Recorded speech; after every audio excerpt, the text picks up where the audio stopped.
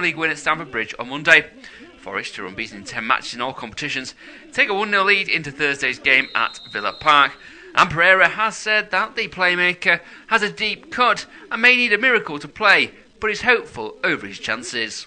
Golf now, and Jon Rahm will be eligible for next year's Ryder Cup in Ireland after striking a deal to continue playing on the DP World Tour and end what's described as a standoff. The Spaniard had been embroiled in a long-running dispute with the European Tour and had refused to pay fines for playing live golf events without official permission since he made his debut on the Breakaway Tour in 2024. The 31-year-old had become ineligible for DP World Tour events and, as a member not in good standing, would not have been available for Ryder Cup selection next year. Throughout the dispute, Rahm had argued a solution would be found, and he will now pay fines believed to be about £2 million and be required to play a minimum of 5 DP World Tour events. The deal comes a week after Saudi Arabia announced it would not be funding the Live Golf League beyond the 2026 season. Tennis now, world number Marina Sabalenka believes players will boycott a Grand Slam at some point, in her words, because of the ongoing dispute over prize money. The men's and women's top 10 players are demanding a higher percentage of the revenue generated by the 4 majors, as well as benefit contributions and a greater say in areas such as scheduling. But until Sabalenka spoke in the media in Rome before the Italian Open, players have been circumspect on the subject of strike action. But she said, "I think at some point we will boycott it. I feel like that's going to be the only way to kind of fight for our rights." Finally, to rugby union, and Wales fullback Lee Halfpenny has announced he will retire at the end of the season. The 37-year-old played 101 internationals for Wales, scoring 801 points, which ranked him third scorers behind his mentor Neil Jenkins 3 and rounds. Stephen The Jones. big question is, He how played 4 does tests for the Steve British and Borthwick Irish Lions. empower the players, give them confidence and belief and support to play that certain way going forward? Because that's certainly the message you're getting, both from this statement and from conversations, that the England players do want to play with that little bit more freedom than they probably had at other times during the championship. And Chris, the Women's Six Nations is back after a break. So the Red Roses travel to Italy on Saturday, updates of which on 5 Live Sport. And head coach John Mitchell's announced his team today. He has announced his team. As ever, there are little tweaks and a shuffling of the pack from John Mitchell. Headlines in the back 3. Ellie Kildung is again playing on the wing, as opposed to a familiar position of fullback. But Emma Singh is starting at number 15. But the real area of interest is quite how much of this first choice Red Roses forward pack is unavailable either through injury or pregnancy. We know that Alex Matthews and Sadia Kabir were struggling with injuries. They're both out. So Demelza Short, who made her debut against Scotland, she starts on the blind side flank. Delaney Burns continues in the second row. So only 2 of the starting pack from the World Cup final are starting on the weekend, which shows quite how much Mitchell has had to go into his strength in depth when it comes to the forwards. But this is such a strong Red Roses outfit with such strength in depth. It's really hard to see them losing in Italy, and then it'll be a big game against France in Bordeaux to win another Grand Slam title. Chris, thank you very much. That was Chris Jones on all things rugby union. And in golf, Jon Rahm has reached a deal with the World Tour that makes him eligible for next year's Ryder Cup. Rahm was in a long-running dispute. He was refusing to pay fines for playing live golf events. Our golf correspondent Ian Carter joins us now. So Ian, what can you tell us about the deal? Well, I think it's fair to say this is a climb down from Jon Rahm. He has been steadfast, saying that he was a victim of extortion. He was being extorted by the DP World Tour with their insistence that he would have to play more than 4. 6 was the original deal, DP World Tour events. This is a long-running battle that really began when Jon Rahm went to live in 2024. In her words, because of the ongoing dispute over prize money.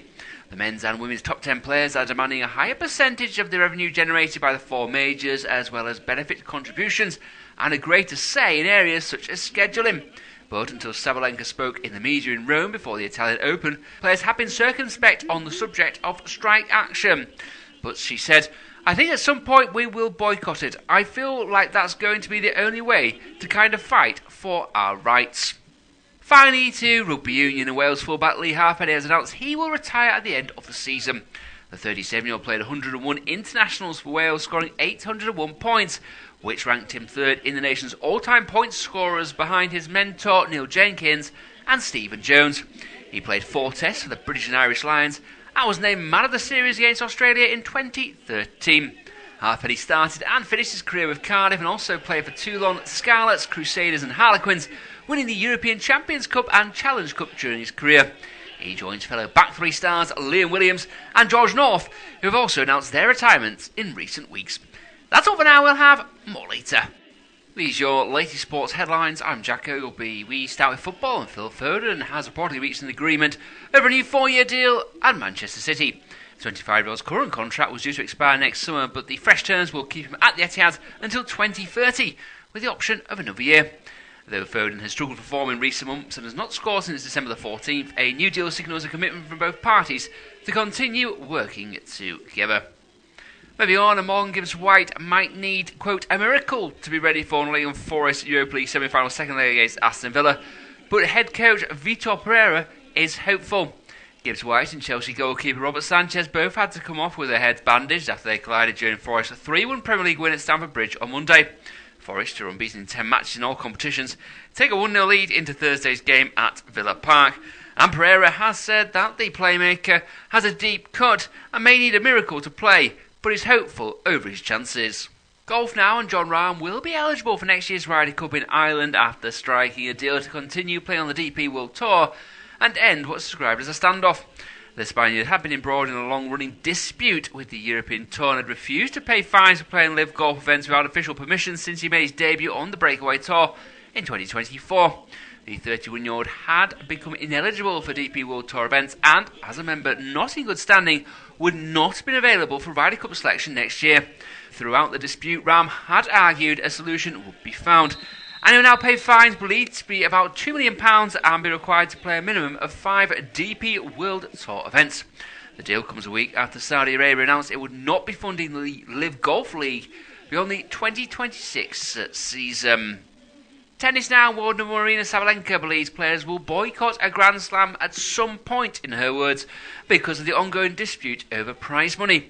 The men's and women's top 10 players are demanding a higher percentage of the revenue generated by the 4 majors, as well as benefit contributions and a greater say in areas such as scheduling. But until Sabalenka spoke in the media in Rome before the Italian Open, players have been circumspect on the subject of strike action. But she said, I think at some point we will boycott it. I feel like that's going to be the only way to kind of fight for our rights. Finally, to rugby union, and Wales fullback Lee Halfpenny has announced he will retire at the end of the season. The 37-year-old played 101 internationals for Wales, scoring 801 points, which ranked him third in the nation's all-time points scorers behind his mentor Neil Jenkins and Stephen Jones. He played 4 tests for the British and Irish Lions and was named man of the series against Australia in 2013. Halfpenny started and finished his career with Cardiff and also played for Toulon, Scarlets, Crusaders and Harlequins, winning the European Champions Cup and Challenge Cup during his career.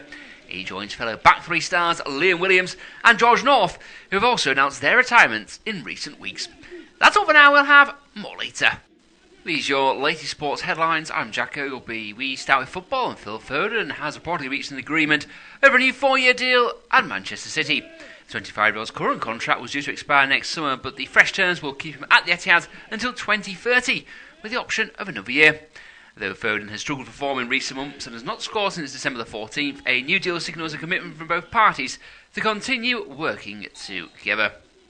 Moving on, and Morgan Gibbs-White might need, quote, a miracle to be ready for Nottingham Forest Europa League semi-final second leg against Aston Villa, but head coach Vitor Pereira is hopeful. Gibbs-White and Chelsea goalkeeper Robert Sanchez both had to come off with their heads bandaged after they collided during Forest's 3-1 Premier League win at Stamford Bridge on Monday. Forest, who are unbeaten in 10 matches in all competitions, take a 1-0 lead into Thursday's game at Villa Park. And Pereira has said that the playmaker has a deep cut and may need a miracle to play, but is hopeful over his chances. Golf now, and Jon Rahm will be eligible for next year's Ryder Cup in Ireland after striking a deal to continue playing on the DP World Tour and end what's described as a standoff.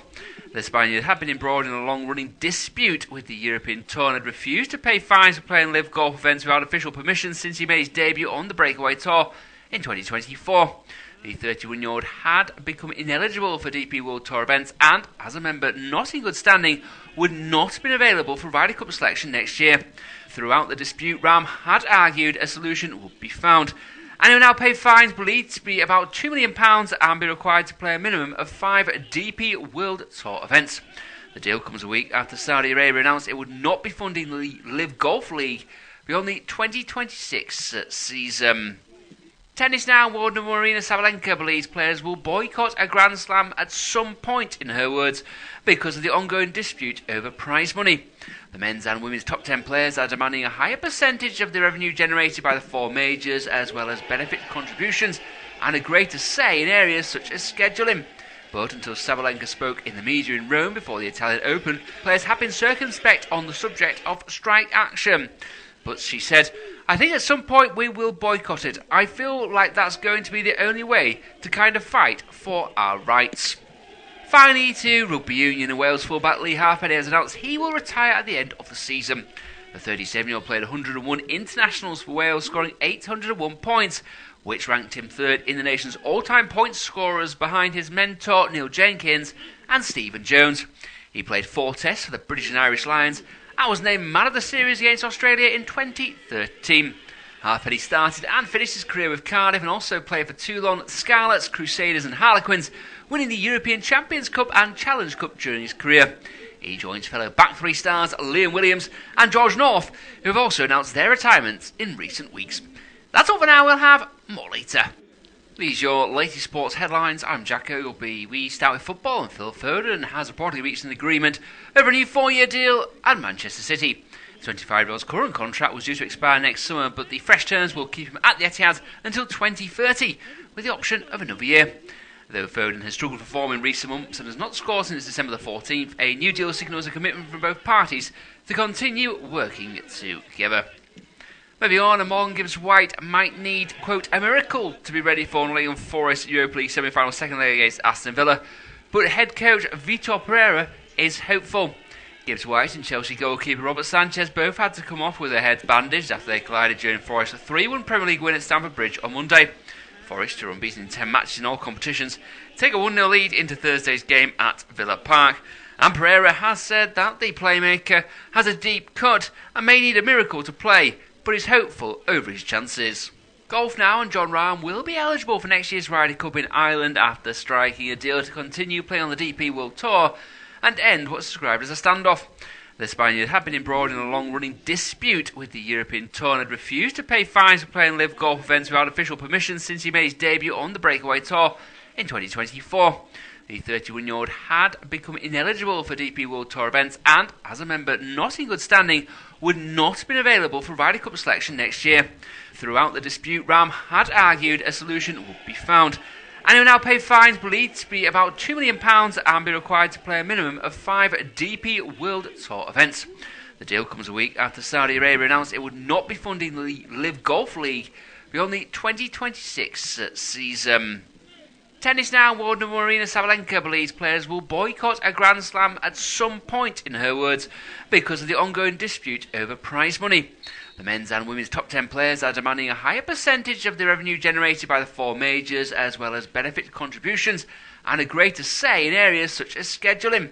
But until Sabalenka spoke in the media in Rome before the Italian Open, players have been circumspect on the subject of strike action. But she said, "I think at some point we will boycott it. I feel like that's going to be the only way to kind of fight for our rights." Finally, to Rugby Union, and Wales fullback Lee Halfpenny has announced he will retire at the end of the season. The 37-year-old played 101 internationals for Wales, scoring 801 points, which ranked him third in the nation's all-time point scorers behind his mentor Neil Jenkins and Stephen Jones. He played 4 tests for the British and Irish Lions and was named man of the series against Australia in 2013. Halfpenny started and finished his career with Cardiff and also played for Toulon, Scarlets, Crusaders and Harlequins, winning the European Champions Cup and Challenge Cup during his career. He joins fellow back 3 stars Liam Williams and George North, who have also announced their retirements in recent weeks. That's all for now, we'll have more later. These are your latest sports headlines. I'm Jacko. We start with football, and Phil Foden has reportedly reached an agreement over a new 4-year deal at Manchester City. The 25-year-old's current contract was due to expire next summer, but the fresh terms will keep him at the Etihad until 2030, with the option of another year. Though Foden has struggled to perform in recent months and has not scored since December the 14th, a new deal signals a commitment from both parties to continue working together. Moving on, Amon gives White might need, quote, a miracle to be ready for Nottingham Forest Europa League semi-final second leg against Aston Villa, but head coach Vitor Pereira is hopeful. Gibbs White and Chelsea goalkeeper Robert Sanchez both had to come off with their heads bandaged after they collided during Forest's 3-1 Premier League win at Stamford Bridge on Monday. Forest, who are unbeaten in 10 matches in all competitions, take a 1-0 lead into Thursday's game at Villa Park. And Pereira has said that the playmaker has a deep cut and may need a miracle to play, but is hopeful over his chances. Golf now, and Jon Rahm will be eligible for next year's Ryder Cup in Ireland after striking a deal to continue playing on the DP World Tour and end what's described as a standoff. The Spaniard had been embroiled in a long-running dispute with the European Tour and had refused to pay fines for playing live golf events without official permission since he made his debut on the Breakaway Tour in 2024. The 31-year-old had become ineligible for DP World Tour events and, as a member not in good standing, would not have been available for Ryder Cup selection next year. Throughout the dispute, Rahm had argued a solution would be found, and he will now pay fines believed to be about £2 million and be required to play a minimum of 5 DP World Tour events. The deal comes a week after Saudi Arabia announced it would not be funding the Live Golf League beyond the 2026 season. Tennis now, Warden Marina Sabalenka believes players will boycott a Grand Slam at some point, in her words, because of the ongoing dispute over prize money. The men's and women's top 10 players are demanding a higher percentage of the revenue generated by the 4 majors, as well as benefit contributions and a greater say in areas such as scheduling. But until Sabalenka spoke in the media in Rome before the Italian Open, players have been circumspect on the subject of strike action. But she said, I think at some point we will boycott it. I feel like that's going to be the only way to kind of fight for our rights. Finally, to Rugby Union, and Wales fullback Lee Halfpenny has announced he will retire at the end of the season. The 37-year-old played 101 internationals for Wales, scoring 801 points, which ranked him third in the nation's all-time points scorers behind his mentor Neil Jenkins and Stephen Jones. He played 4 tests for the British and Irish Lions and was named man of the series against Australia in 2013.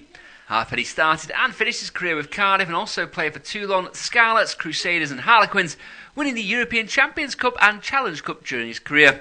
He joins fellow back 3 stars Liam Williams and George North, who have also announced their retirements in recent weeks. That's all for now, we'll have more later. These are your latest sports headlines. I'm Jack Ogleby. We start with football, and Phil Foden has reportedly reached an agreement over a new 4-year deal at Manchester City. The 25-year-old's current contract was due to expire next summer, but the fresh terms will keep him at the Etihad until 2030, with the option of another year. Though Foden has struggled to perform in recent months and has not scored since December the 14th, a new deal signals a commitment from both parties to continue working together. Moving on, Amon gives White might need, quote, a miracle to be ready for Nottingham Forest Europa League semi-final second leg against Aston Villa, but head coach Vitor Pereira is hopeful. Gibbs White and Chelsea goalkeeper Robert Sanchez both had to come off with their heads bandaged after they collided during Forest's 3-1 Premier League win at Stamford Bridge on Monday. Forest, who are unbeaten in 10 matches in all competitions, take a 1-0 lead into Thursday's game at Villa Park. And Pereira has said that the playmaker has a deep cut and may need a miracle to play, but is hopeful over his chances.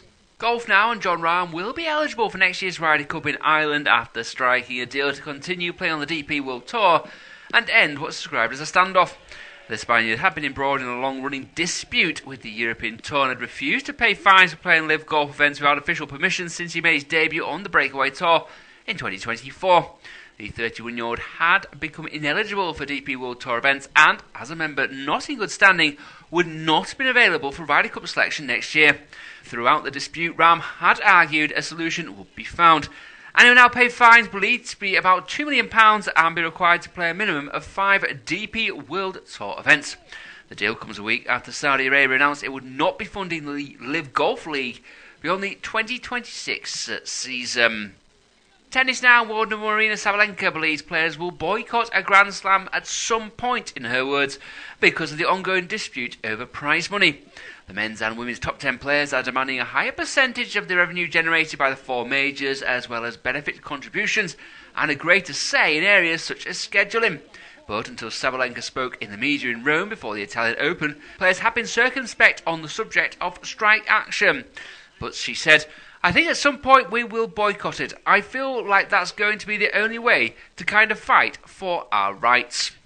Finally, to Rugby Union, and Wales fullback Halfpenny has announced he will retire at the end of the season. The 37-year-old played 101 internationals for Wales, scoring 801 points, which ranked him third in the nation's all-time points scorers behind his mentor Neil Jenkins and Stephen Jones. He played 4 tests for the British and Irish Lions and was named man of the series against Australia in 2013. Halfpenny started and finished his career with Cardiff and also played for Toulon, Scarlets, Crusaders and Harlequins, winning the European Champions Cup and Challenge Cup during his career.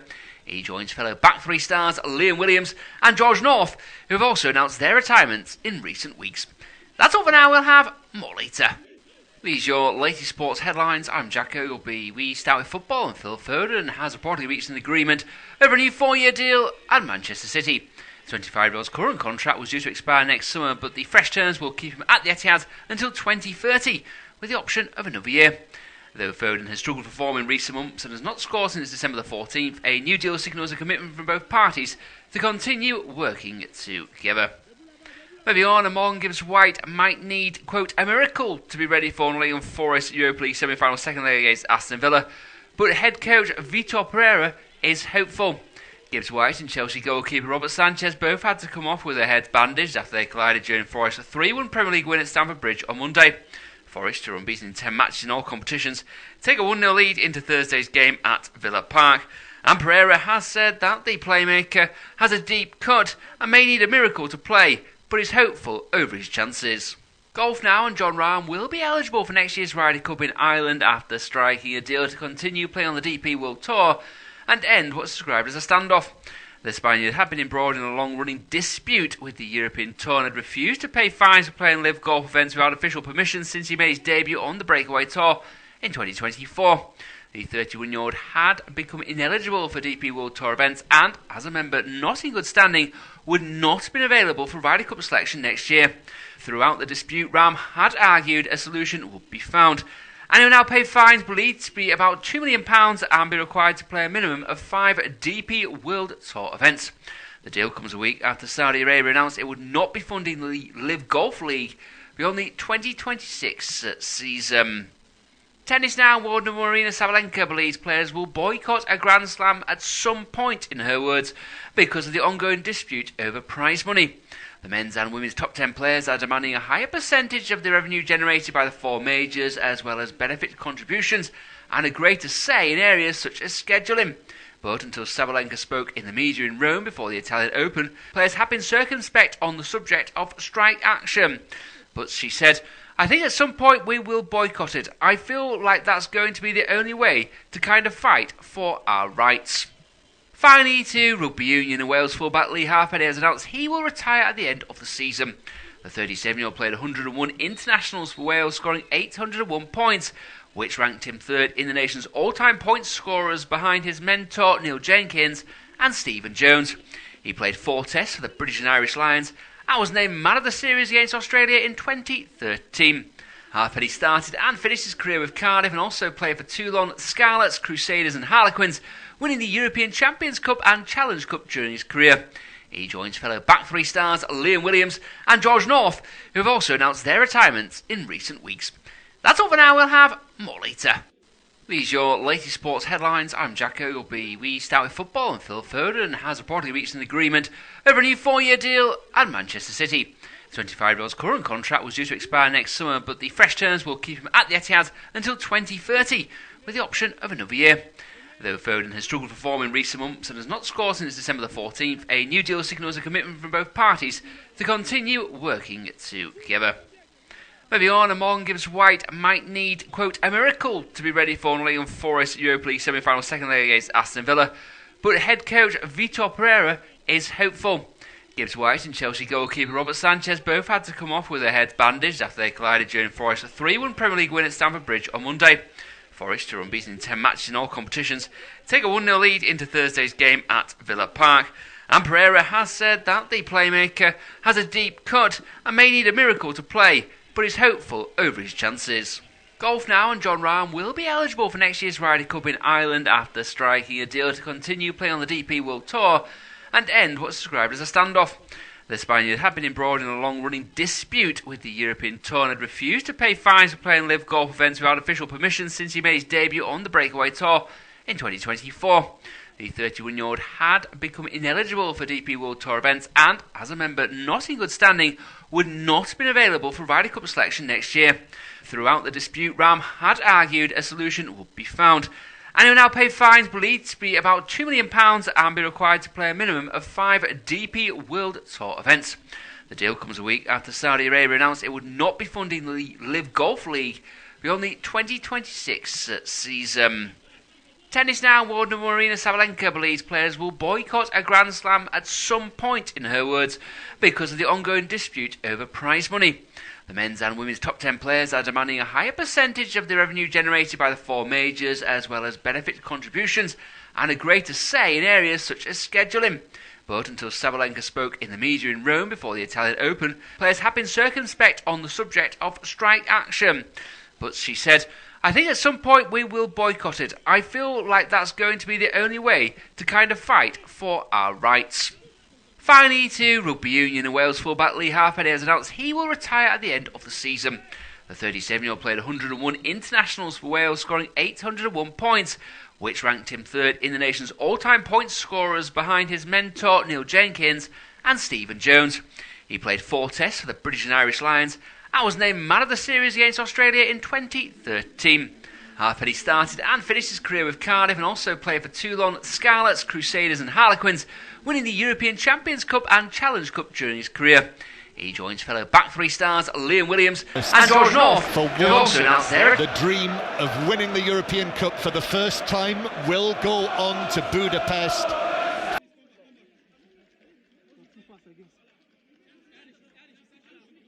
And Manchester City.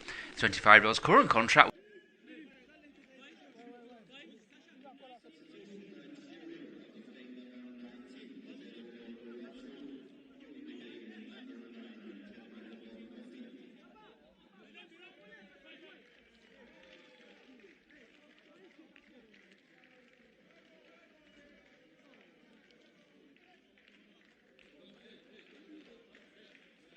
penalties galore, should have been given, not given. A lot of controversy, a lot of discussion, a lot of debate, and plenty of it, I'm sure, in the excitement of tonight. We're seeing pictures from the Emirates Stadium. The clock on the clock end, as it is now, is showing 8 o'clock. And we're ready to roll with both sides on the field. Arsenal in their usual red and white, of course. Atleti are in their all-blue change kit tonight. And it'll be the Spanish side who get us underway. A little bit of drizzle around from North London. Looking at the pictures we're seeing from our cameras, independent off-tube studio commentary. I'm Steve Pearson, joined by Jack Ogilvie for this one. Plenty of intrigue, plenty of interest. The tie finally poised, Jack. Absolutely fantastic game last week, I thought, and it's fascinatingly poised, isn't it? I think it'll be interesting to see the attitude and the demeanour of the Arsenal players this evening, considering Manchester City's yes, they got the draw in the end, didn't they, last night, but it really puts the title race in Arsenal's hands once again. Will they be more relaxed? Because we're at that point now, including tonight, they're potentially 5 games from football and immortality, winning the Premier League and winning the Champions League. A real opportunity, but this Atleti side, you mentioned it in the preamble, the highest scoring Champions League Spanish team in the history of the competition. Not something we ever thought we'd see, I don't think. I was really impressed with them actually last week. 19 shots to Arsenal's 10 in that game. Antoine Griezmann, this could be his final ever Champions League fixture, heading to Orlando City in the summer. He hit the post, but I think Mikel Arteta will have taken more out of that first leg than Diego Simeone did.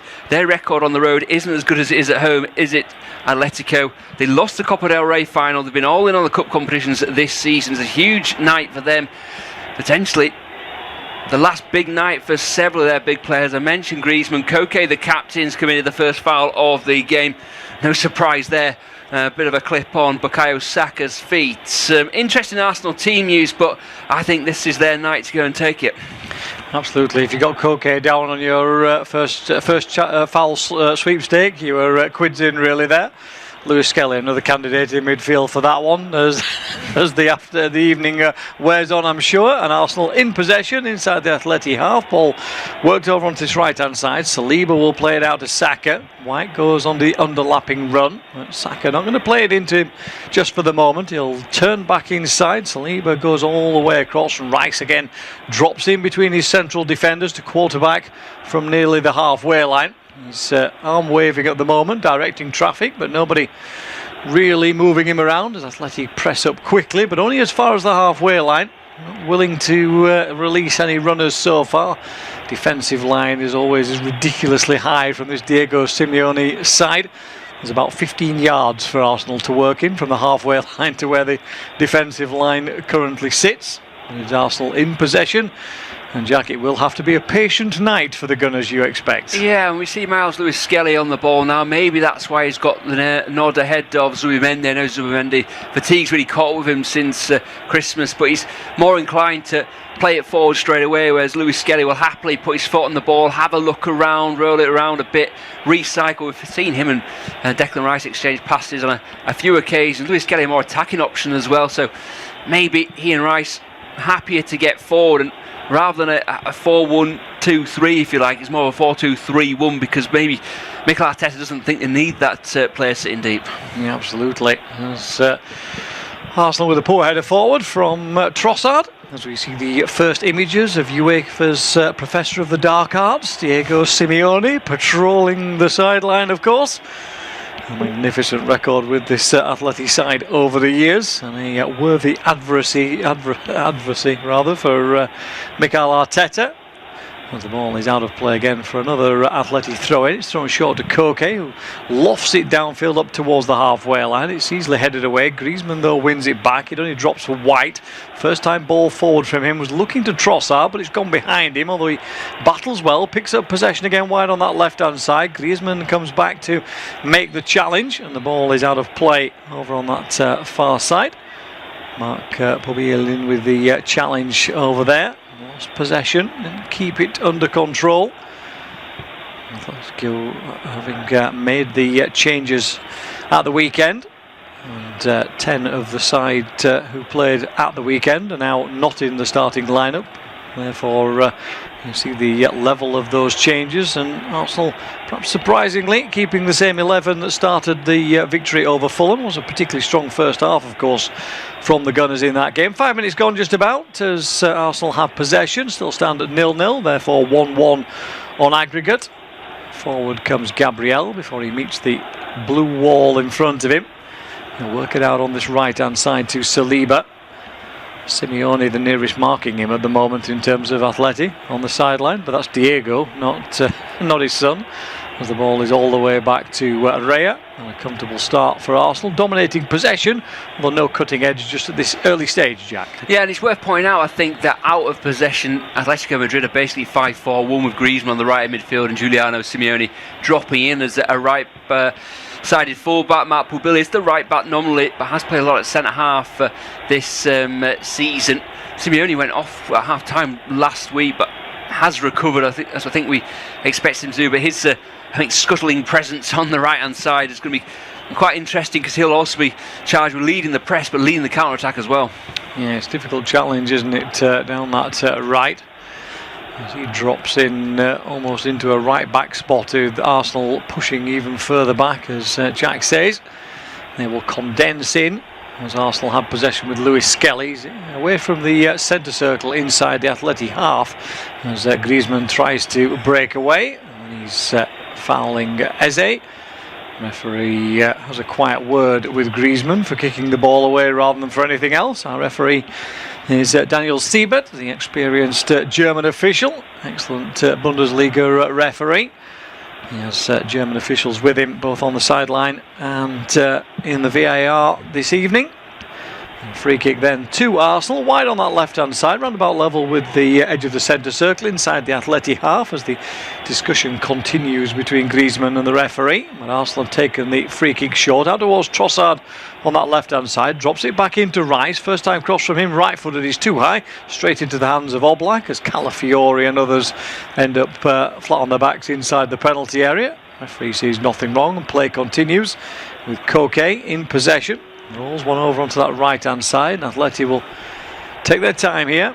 Arsenal reset 10 yards or so inside the Atletico Madrid half. At the moment it's pedestrian from Atleti.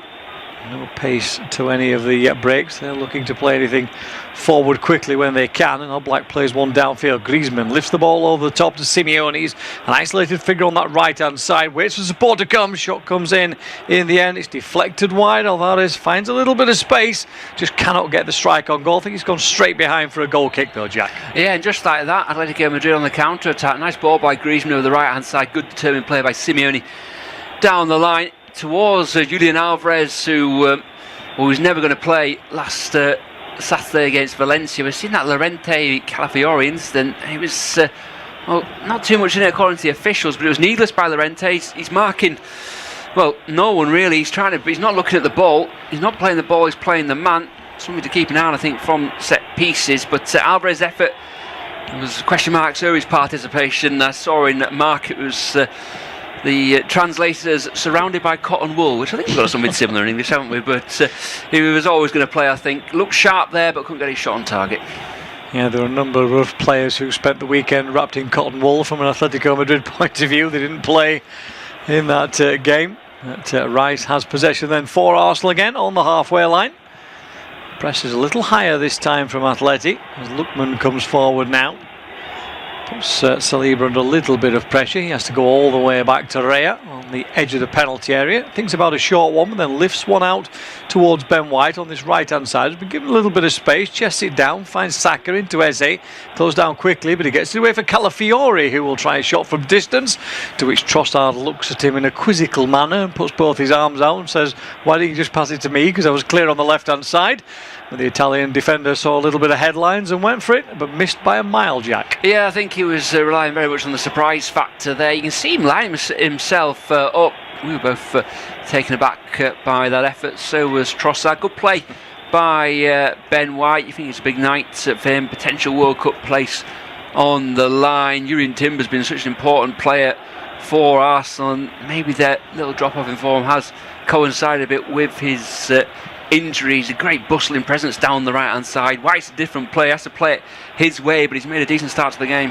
Absolutely. As we reach the 10th minute mark, ball back with Rea in defence for Arsenal. Gunners' fourth Champions League semi-final. Beat Villarreal, but lost against Manchester United and Paris Saint-Germain, of course, last season. In the other two occasions they've reached this stage of the competition in the Champions League era. Ball out onto this right-hand side for White. Lookman again is quickly forward to him. And Arsenal keep possession. Not the best ball in towards Luis Skelly, though. He battles for it. Referee thinks for a moment, then gives the foul by Luis Skelly for the challenge on Llorente. They were both battling, and the referee decides to go in favour of the Spaniard. We'll see a replay again. Little push in the first instance. It's more a case of who won't let go of who there, I suppose. Yeah, and that might be Luis Skelly's last chance, though, even though it's his first one. He was just caught. His body shape was just in the wrong position there. Llorente, as you say, there was a bit of pushing and shoving, but he just then rolled Luis Skelly, and he could have been away there. But Luis Skelly, still, I think it's his natural position, but we're so used to seeing him play as the left back.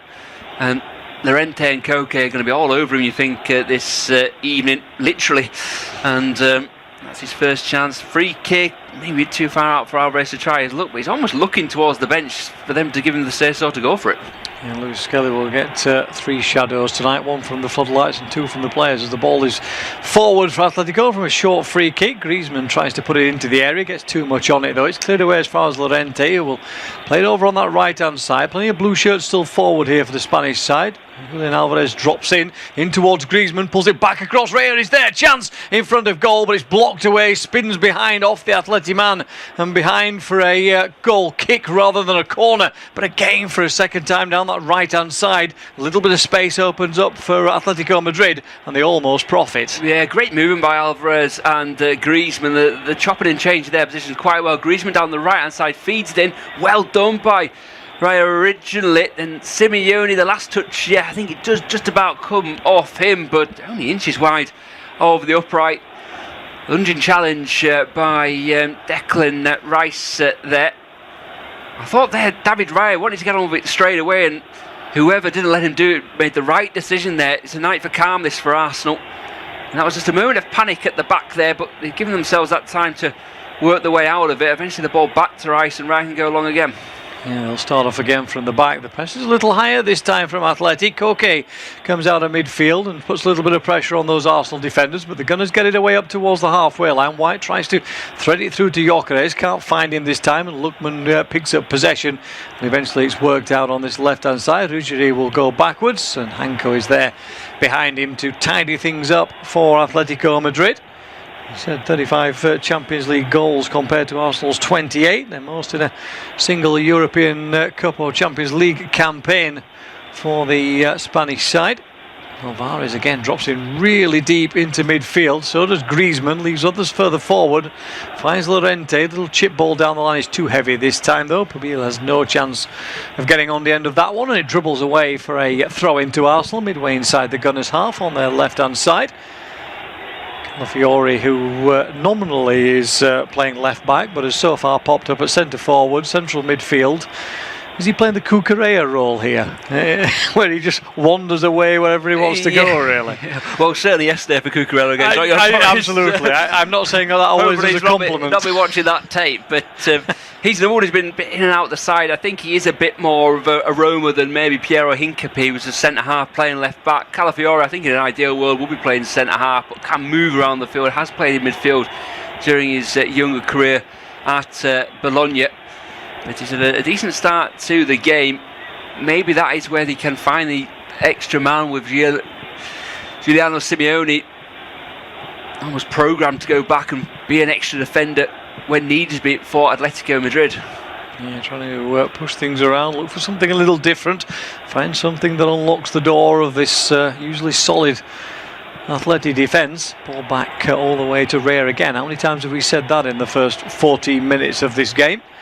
As he plays a ball right-footed into the feet of Saka in a very central position. He immediately finds two blue-shirted players around him. As we said, the shadows are hunting in those midfield areas for Atleti. David Raya currently working his way through a Strictly Come Dancing routine before he finally rolls the ball out onto this right-hand side for Saliba. Again, it's into Saka again. Koke is there with him. Feels the breath on his neck as Saka and rolls the ball back to his goalkeeper. This is good press from Atletico Madrid at the moment, forcing Arsenal to take it back, and then a long clearance downfield. Header comes in over on that right hand side, but it goes straight into play for a throw in off Simeone. As, we've got 2-3 balls on the pitch at the moment. Referee is going to bring it back so that Arsenal can finally take the throw in. Calafiore went to take it and lost possession of the ball. I think the referee will say it's actually a drop ball, technically speaking. Yes, it is, because he did actually throw the ball in before the other one appeared from the sideline. We're back underway as Luis Skelly picks up possession into Eze again, back to that Atletico Madrid goal. Again finds himself quickly closed down as Llorente comes forward. Ball worked through midfield. Calafiore again pops up in that central area in the centre circle. Worked out to Rice.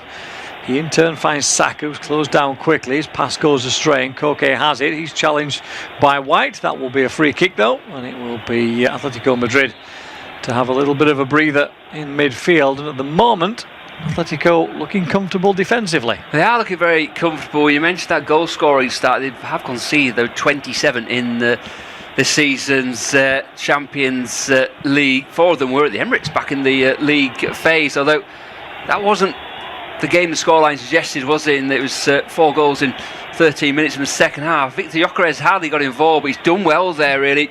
Won the ball in the halfway, had a foot race with Lenormand, played it against the French-born Spanish internationals' feet, and out for a corner kick to Arsenal. Yeah, let me just flick through my Arsenal corners database here. There's about 800 different versions of these corners coming in this season, compared to the one that was on my list for last season, which was 5 players beyond the far post, run wherever you like and get a header on it. Now it's the bus queue more around the penalty spot for a moment, and then 3 move away into the 6-yard box to make a nuisance of themselves in there. Everybody else is between penalty spot and edge of the penalty area at least. We need the camera to pan away for us to give us a better view. Gyökeres is playing round and round the circle at the moment. And the referee is going to have a quick word, inevitably. Not quite sure why, because there was literally no pushing and shoving going on there at all, apart from Gyökeres running round and round in circles like a small child in the playground. But anyway, he has settled down. Play begins. The corner kick finally comes in beyond the far post to the unmarked Saka, who tries to volley it back across and fails miserably, knocks it straight behind for a goal kick. But the tactics worked, the player didn't. Yeah, well, without sounding like the old man I am, that took 1 minute and 5 seconds, I counted them, from the ball going out to the ball actually being delivered to Saka at the back post. It's an awkward one, really. He has to wait a long time for it to come down. The way that Declan Rice hits it with so much curl on the ball, it's actually curling towards Saka and away from him, if you like, as a left footer.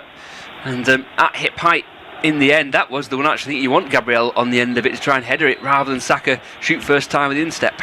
Saka's clearly been watching a lot of the snooker over the last couple of weeks, I suspect, on that basis.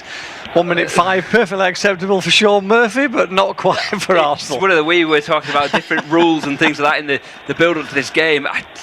How can you be done for time wasted as a defensive player but not an attacking one? It's one of my bugbears at the moment, I think. Absolutely. Difficult to be time wasting, I suppose, at 0-0 at 1-1. I'll give them that as a mitigation on this occasion. You're still building the tension. You're still building your time, aren't you?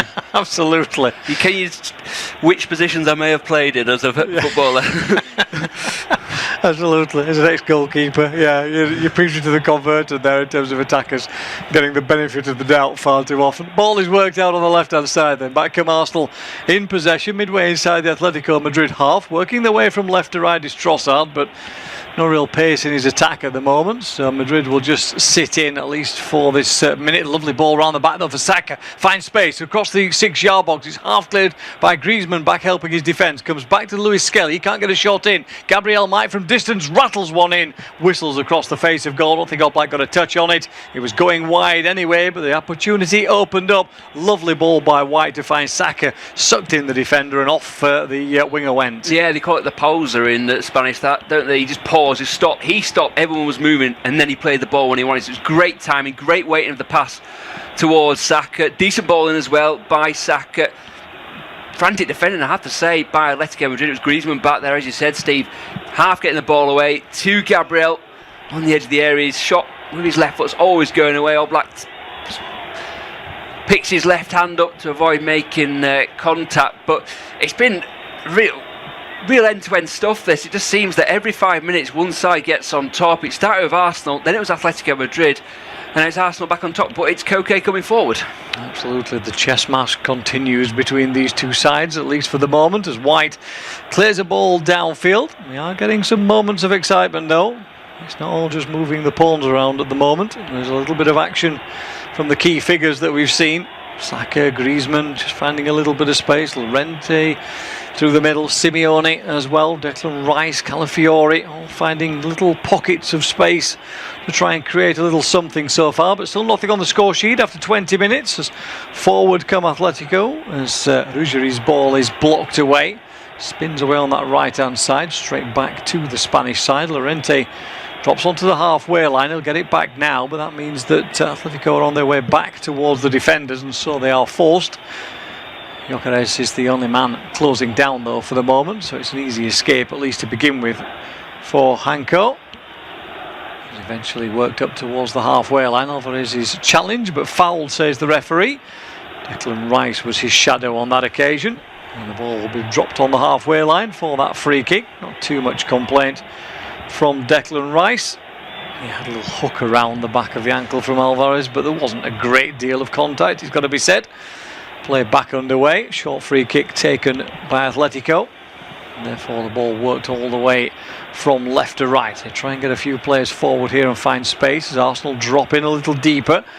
Forward comes Ruggieri, on towards Lookman on this left hand side. Ruggieri goes on the overlap, but he'll go inside instead as Alvarez drops in deep again. Poor ball forward by him though, misreads the runners in front of him.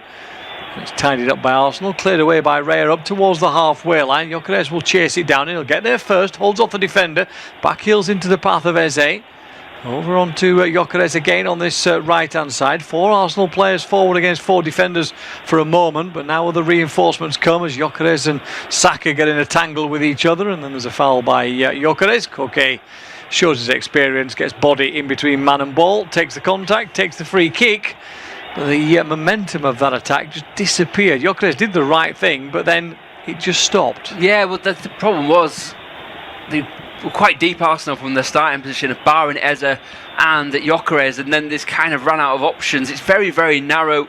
Saka, a left footer play on the right hand side, inclined to come inside. He kind of got in Gyökeres' way. Koke uses experience, just puts a left foot out there, waits for the clip, and happy to go down in his area. But it does seem that for both sides, their best attacking outlet is the long ball.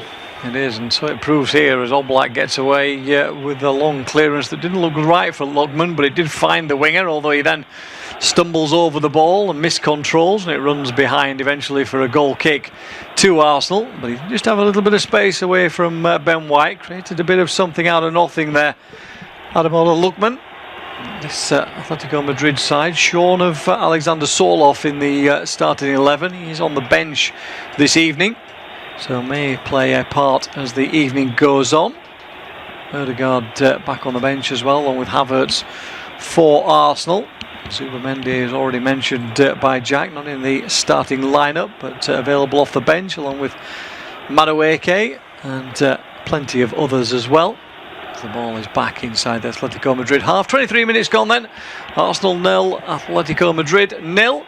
Chances at both ends, but not really clear-cut ones so far. Jack will take us through to half-time. Yeah, thanks. And Arsenal can break. Declan Rice lets the ball roll across his body and will hit the left-hand touchline.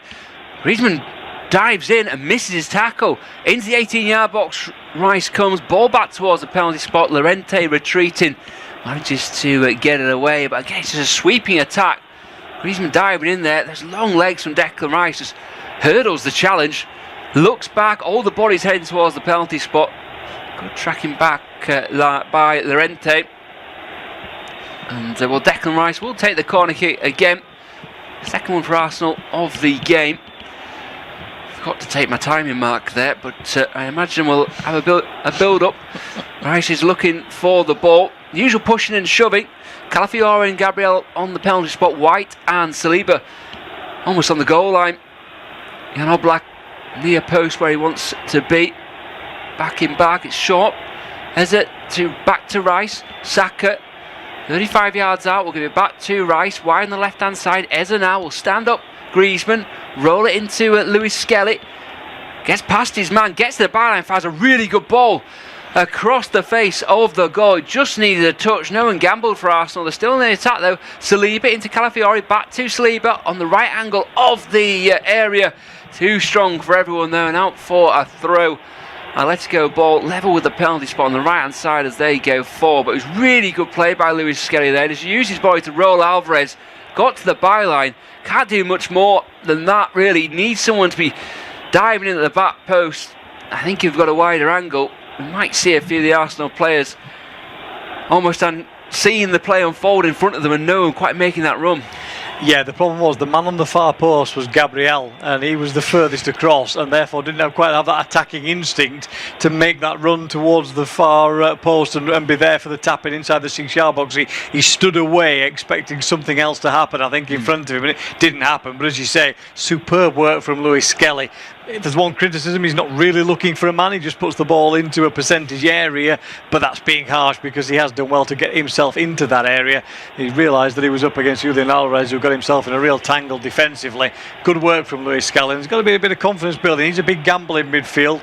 You know, Mikel Arteta talked about even at the weekend it being a bit of a gamble of putting him in. So in this kind of scenario, with players like Koke and Llorente who can wind you up and, you know, work that midfield and work those young players and make it really difficult for them, it's a big gamble, but he's settled in nicely so far. Hopefully not put the kiss of death on him, but first 25 minutes been a good first 25 for Lewis Skelly. Rice on halfway, gives it to Eze, still goalless, 1-1 on aggregate. Arsenal going left to right as we look at it. It's independent off-tube studio commentary. Saliba and Lewis Skelly exchange passes. Eze looks to go past Koke. Whoa, I thought he stumbled there rather than fouled there. Koke not impressed. Daniel Siebert, the referee, was on the spot as Lewis Skelly again gets the ball and he'll find Calafiore. Trossard hugging the left-hand touchline in front of the Arsenal fans, heading towards that corner where Atletico Madrid supporters are situated. An interception, that means that Atletico can maybe come forward. Ball fizzed out to Simeone, who had a bit of space in front of him but didn't want to get the ball out of his feet. Steadied himself, gave it to Griezmann, who was fouled by Lewis Skelly. The referee may have taken note of that, but Atletico had the advantage. Ruggieri on the near side, right in front of Mikel Arteta, who's doing the air traffic controller dance, organising things on the pitch in front of him. As Hansko, the only player on a yellow card heading into this game. Of course, an amnesty heading into the semi-finals, but 2 yellows over the 2 legs will be trouble. Llorente, nice little flick to Pabil, but Pabil's ball back to him was at the best. It's deflected on the clearance by Arsenal. Trossard was more bothered by Pabil, though, kept going. Calafiore, good use of his body. The Italian stepped across Pabil, won his side a free kick in their own left back area. Not much time to breathe. It's a sticky night. The ball's really pinging about at the moment, and it's tough for either side, I think, just to have sustained pressure in a controlled way. It's not it's as you'd expect. It's not a pretty game at the moment as Calafiore gets his hand trod on by the Atletico Madrid man. Couldn't see his eyes as to where he was looking because the camera was focused in on the floor rather than anything else. Whether that was naughty or accidental, can't give you a judgment call on that. Inevitably the Arsenal fans stood 10 yards away, thought that it was deliberate, but whether it was or not is another matter. But yeah, there's a lot of, I was going to say personal battles, but they're not personal battles because in the sense of one-on-one all the time, because players are being so fluid in terms of where they're popping up, so the battles are happening in different areas. So yeah, Koke is kind of sat in there predominantly, but Llorente is upfield, downfield, back in defence, wherever. Arsenal the same, Calafiore through those central areas, Rice up and down central, Saka coming inside then pulling back out. Such a fluid lineup from both teams that those kind of battles aren't quite going. Here goes Llorente again down the right hand side. Down the right hand side, teases the ball in towards Luck, but it's too strong for him. Alvarez will regather possession though for Atleti. Llorente, remember, just before the pandemic, he scored 2 counter-attacking goals against Liverpool that put the Reds out at Anfield. Him and Rice, you'd like to see him in a 400-metre race, actually, the way they run. High knees and long arms. Hansko, over halfway he comes. All of the outfield players in the Arsenal half. Koke sees the ball on halfway. Hansko again. Into Lookman, who struggled to get into this game. A couple of, maybe not nervy touches, but not the ones he would have liked. A bit more considerate and tidy with the ball on this occasion. He goes back to Koke. Down to a standing start. Eza happy to invite the Spaniard to play through him. Goes left, Lookman under pressure from Rice. Lovely feet by Lookman to get away from a couple of tackles, but Atletico gradually going backwards and all the way back to goalkeeper Oblak, who plays a very interesting ball there. He feinted to go long, but went right into Koke. It's a really good ball. Eze almost read it, but Atletico on the break. Griezmann edge of the box. To Llorente, lovely Cruyff turn, left-footed shot comes in, blocked off Gabriel, offside flags going up. I think if they had the time again, I think the offside may have happened prior to that, but if Griezmann could see what we saw there, he suddenly had probably 5 yards around him in the diameter, and he's not offside, Llorente, either. I thought Griezmann could have picked out the top corner, perhaps. They went to Llorente, debatable offside, but Atletico Madrid, as they so often do, when they break, they do it at speed. Yeah, and they do it in numbers as well. Look at the number of blue shirts that were forward there. Yes, okay. You know, as soon as Oblak got that first ball away, you could see them all go. They all went really quickly to try and press upfield and take that bit of a gamble because there was suddenly space. Arsenal had pushed back defensively with Rice and Lewis Skelly had gone right back towards the central defenders, so there was room in midfield for Atletico to feel confident to just take that extra space. The other thing was Trossard didn't pick it up at all. He got left downfield and there's a gap in behind him, and it looks like Atletico Madrid have pinned that right hand side as the best option to get out. If they see Lookman one-on-one against White, they fancy it, but if they're looking for those quick breaks away, they're all going right hand side because Trossard is not tracking back, and Lewis Skelly not a criticism, but he's in a more central position and isn't therefore getting across onto that left-hand side because he's usually tied up with something in the middle that he's got to deal with. Well, that must be something they've picked out with Calafiori playing as an inside fullback quite a lot. If Simeone going all the way back to almost man-mark Trossard, but once it comes in his favour, the ball and possession, he's got a lot of grass to run onto, hasn't he? And as you say, Trossard not always the most alert defensively. Koke has it for Atletico Madrid, 30 yards from his own goal. Came down to walking pace as Ansko will go back to Jan Oblak. Almost in the 33rd minute, still goalless on the night, 1-1 aggregate. Oblak goes long, not the greatest kick, and Calafiori controls on halfway. So Lewis Skelly's short, Declan Rice just behind him, and the England man can stride forward. Ben White, no inside ball to Saka, who sprung off the line there. Good play by him to Calafiori, that central position. Griezmann tackles him. Calafiori gets it back and just toe pokes it back to Lewis Skelly. Saliba.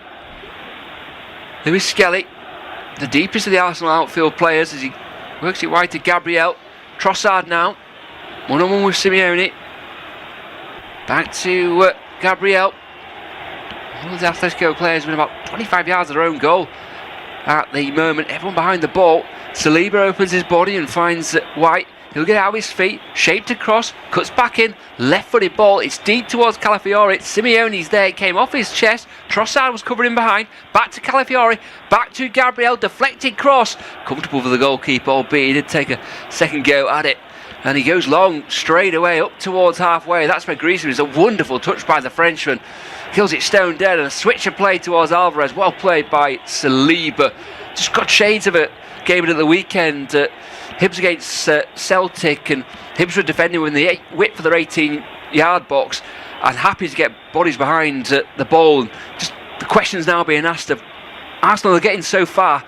What are they going to do next? Yeah, exactly. It's what's that killer ball around the penalty area? Where's that space? It's not there, is it? Because you say Griezmann now is dropping in. He's had his half an hour now, so it's like, okay, you do defensive work. But you saw there again, as soon as he sees Oblak get the ball, he's gone. He's upfield, he's into a space, he picks up possession, and it's only good defending from Saliba, good covering to be able to stop Julian Alvarez from getting away there on that left-hand side, because the ball is fine from Griezmann, and the first touch is phenomenal. Again, Arsenal probing. Good play by Trossard. Gets outside at Simeone. Then has another go there, the Belgian. That allows Griezmann to get across. But Trossard can make his way into the box. Just nudged away by Griezmann. He went down. The referee not interested at all. Eza has it for the Gunners. Nice footwork to go past Griezmann. Still going. Square to Rice, who gets the shot away. It's deflected. Ball just squirms wide of the goal. And corner kick, the referee signals. Just going to have a look at that Griezmann incident again. Trossard, for me, he shifts his body in a way that he's looking for contact. He makes himself quite a big target to hit. Yeah, is that fair? Yeah, I don't think there's enough there, really. Yes, there is contact between the two players, but it's not enough to knock him over. And the referee's perfect position to be able to make a judgment call on that, as he said, and said, no, there's not enough to overturn that. Even if you go to VAR, for me, there's no clear and obvious error there. It's a subjective one as to how much contact. We've then got a potential handball as the shot comes in. Well, if it hits Henko, he's turning away from it rather than anything else. So again, good call by the referee. No problem with either of those decisions. I think Daniel Siebert's been spot on so far this evening with every call we've had reassessed. Yeah, 35 minutes have absolutely flied by, I have to say. Really enjoyable game, albeit still goalless. Saka will take the corner kick on the near side at the Emirates. So an in-swinger. Bubil against Gyökeres at the far post. Saka goes short to Eza. Back to Saka. Towards the edge of the area where Rice is. Low shot in, it's blocked by Llorente. I think his job is just to be between Rice and the ball all game, isn't it? Between Rice and his goal. That's the way it seems to be for Llorente this evening. Yeah, he plays it almost like an NFL, isn't it? Where if you've got a mobile quarterback, you have a linebacker whose job it is just to mirror him, just to follow him wherever he goes. Llorente, he's not marking Rice at all. He's dropping away from him, but he's always in that line, isn't he? He comes across. Whenever Rice has possession, you can see Llorente following him across about 10-15 yards away from him, as you say, looking to block that pass, looking to stop that shot, whatever it is. That seems to be his role when Athletic are in full, deeper positions in that low block. Lenormand and Gyökeres having a battle. Calafiore throw goes back to Gabriel, and Saliba receives the ball just inside the Arsenal half. And White will go back to David Raya. He's been a bit of a spectator over the last 20 minutes or so after a busy opening quarter.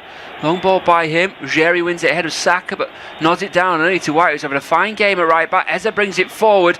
Llorente just did enough to edge him out of the way. Koke rides a challenge, a free kick. Just a bit of a late one by Calafiore. Maybe that's a smart play by Calafiore, stopping the counter attack. And we see that Diego Simeone, we saw Koke did it before.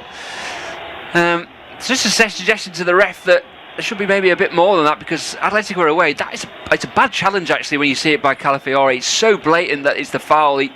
It's a foul in stages, that one. It's one foul, then he makes sure he gets his man. Yeah, absolutely. I mean, it's borderline yellow card. Diego Simeone, I think, is in the, he's having his assistant is just kind of trying to calm him down, settle him down again, keep him away from the fourth official. I'm not sure how good their German and Spanish are between the two of them, but anyway, just keeping him away from the sideline for a moment or two, and taking a bit of punishment for it as well. But yeah, it's a foul in there. But I think we were talking before kick-off about some consistency around yellow cards. Sometimes it's about game management. It's not been a nasty game. It wasn't a bad foul in that sense from Calafiore. Not a great challenge. Free kick's fine in that kind of scenario with this game. Yeah, we're interested in the Atletico assistant these days, Nelson Vivas, former Arsenal fullback, who was doing a good man marking job there of Simeone, wasn't it? Both of them played in the Argentina win over England in 1998. Vivas couldn't quite get in the side as regular as he would have liked when he was with the Gunners. As Gabriel stuns a ball forward, looking for White, but Ruggieri's had a good game. Find Adamo Luckman, and an opportunity as he gets past Saka. No, he doesn't. It's a poor ball, and Gyökeres gives it to Trossard. Gyökeres has continued his run wide on the left-hand side. Saka's the man on the penalty spot. If he needs to look for bodies, there's not many making themselves available in the penalty spot. Gyökeres again having to do it all on his own, and Griezmann plays it off Gyökeres, and Gyökeres thinks it should be a corner. I think it is a goal kick, but my frustration, if I was a Swede, would be with his teammates, because they kind of left him to his own devices. On two occasions now, he's been in a wide channel, he's looked up, and there's been no one really to aim for, and he's ended up going down a bit of a blind alley. Absolutely, and absolutely nailed on goal kick, that one. Absolutely no question that it came off Gyökeres last. But yeah, I mean, that's the issue, isn't it? He's isolated too many times, because at the moment he's either if they want the quick ball forward, he's the only option in those central areas. Nobody's getting up to support him, and then he's making those little runs inside, getting the ball, but everybody's so deep that there's no way to come forward. So yeah, there's from an attacking point of view at the moment, Arsenal just looks slightly defensively great, but from an attacking point of view, they look slightly out of sync at the minute. Yeah, well, the attacks are, to use the modern day tactical language, Atletico are very vertical in their attack, aren't they? Yes. Everyone goes forward in straight lines, whereas Arsenal is just a bit more lateral. Yeah. And almost one pass too many when you need one to. A little 5-yard ball forward, it's not quite there at the moment. The passing lanes aren't available. As Calafiore will find Saliba, the Frenchman. It's marked by Koke, and Ruggieri got in front of Saka. And won the ball there, the Italian. Would it be a throw to Arsenal? Outside of Mikel Arteta's technical area. As we know that because he was outside of it as well. As Saliba back to goalkeeper Raya, into Rice, who's got his back to the play but can break forward. Goes out across field, and Calafiore then doesn't have too many options ahead of him. Gabriel now, almost into the 42nd minute. It's Independent Off-Tube Studio commentary. Goalless on the night, 1-1 on aggregate, of course, from last week. We get a breakthrough before half-time. Lewis Skelly back to Rice. All the outfield players in the Atleti half as Rice just slips the ball forward to White. White cushioned header into Saka. Again good by White. Eze 1-2 between those two. The ball from Trossard though just too strong. Ruggieri I think just getting a foot in there, making a nuisance of himself, the Italian left back. Having a look again. Yeah, the return ball, it wasn't Trossard, it was back to Eze. The defender did well. Long ball forward. Giuliano Simeone's offside. My eyes were initially struck, and I think Simeone's probably lit up as well, because Raya had a very adventurous starting position there. Almost echoes of the goal that Manuel Neuer conceded at the Emirates in the league phase, when he just ran past the ball, but the flag went up, and I think Calafiore had the situation under control as Saliba gives it to Lewis Skelly, who's had an assured game in midfield. Calafiore, wide man is Trossard. Gyökeres just lurking in between Hansko and Lenormand. Hesitated there as he made a dart, but again, no one seemed to look towards him. Eze now, down to walking pace. Calafiore works wide to Trossard. Simeone and Pubil double up on the Belgian. Manages to manufacture a ball through, but it's headed away by Lenormand. Eze could be in trouble here, and Alvarez gets the deflected ball. Saliba's quick though, get there ahead of Alvarez. The ball beats them both, in fact. The backspin on it took the ball between Alvarez and Saliba, but Arsenal just left themselves open. Saliba won't be able to do that every time, you imagine. Lewis Skelly brings it forward again. White has it. Eze. Trossard to the left hand side. Lewis Skelly back to Eze. He's got Gabriel to his left, Saliba to his right. He uses the Frenchman. White's there as well, but Saliba will work it back to Eze. Lewis Skelly back to Eze. Gabriel. Eze again. The Arsenal number 10 opens his body and finds Rice. Saka's wide. Will he have a go at Ruggieri now? He fancies it. Inside, outset. Ruggieri doesn't blink though. And Lookman gets back to double up on Saka. Go again, this time to Gabriel. He hesitates. Saliba opens his body up. White now. Atletico Madrid sticking to their 18-yard line. Ruggieri does enough to put Saka off, and Arsenal just lose 10 yards. Well, even more, in fact. The ball back to Gabriel. Was under the Brazilian's right boot, and it's just a bit hard work at the moment, isn't it? Yeah, it is. I mean, Atleti did expect to come up towards half time even, sort of saying, okay, that's enough now, we'll settle in, we'll take what we can. But actually there's been two real warning signs for Arsenal, as Gyökeres might get away around the back here though. Yes, he is. A lovely ball by Saliba. Gyökeres turns, steadies himself, wants to go back post. That's where Trossard is. He controls. It won't just quite sit for him. The Belgian has it again. Shoots. Saved by Oblak. Saka in front of the goal, and the goal's going to stand as well. Let's go think it's an offside, but I think that Ruggieri and a couple of others were playing Saka onside. Well played by Trossard. What wonderful composure by the Belgian. It looked like it wouldn't quite sit for him. He manufactured a shot, saved well to his left hand side by Oblak, but Saka was lurking and looks like he's over the scoring. Yeah, it certainly does. As I say, we're not seeing a replay that suggests one way or the other, but it's Trossard. I thought he'd waited too long. I thought he got too many defenders in front of him because he didn't take that first chance either to play the ball across or get the shot in. But as you said, he found the right option eventually. He used a couple of players as decoys on the edge of the penalty area, then whipped a shot. It's a really good save by Oblak, actually getting down to his left-hand side really quickly, but it comes straight back out. Saka first one to react. See the replay again here. Lovely ball round the back. Ben White did that a little earlier on. It got a flick off the defender, but Gyökeres took his time. Oblak forced back into his goal. Then eventually when it gets to Trossard, let's have a little look. Yeah, I think Griezmann's sitting in, isn't it? Yeah, there's two players actually playing him onside at least. Saka, it's a really good save from Oblak, but Saka is there to force it home. First one to react.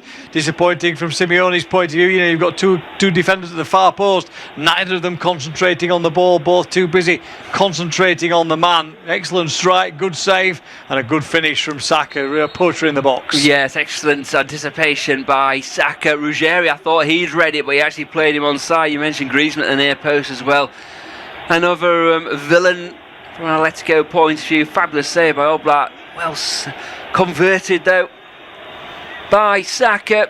Again, back on a minute of additional time being played. Deep into it, he might have more though. because of the delay in the restart, as Atletico will be interesting to see how they approach this second half now.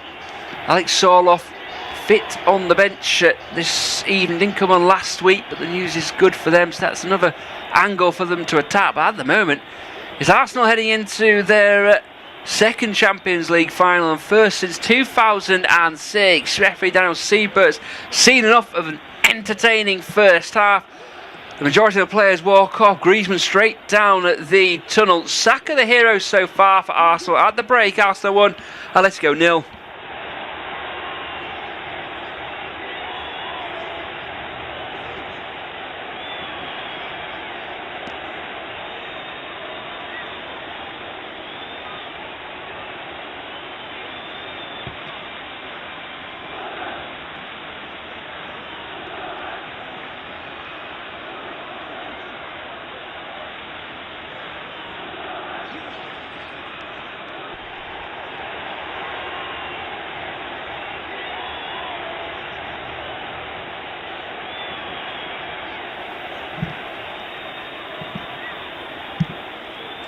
Arsenal with their noses in front, and at the break the goal came just before half time. A good ball round the back, find Gyökeres. He took his time, whipped a ball across the area. It fell eventually to Trossard, who shot across the goal. Oblak with a great save, but Saka the first to react to side foot home. Atletico Madrid had the best early chance. Griezmann in the box almost found Llorente, but his effort was blocked. At the other end, Gabriel lashing one wide, and then Luis Skelly putting one right across the face of goal. Half time, Arsenal 1, Atletico Madrid 0.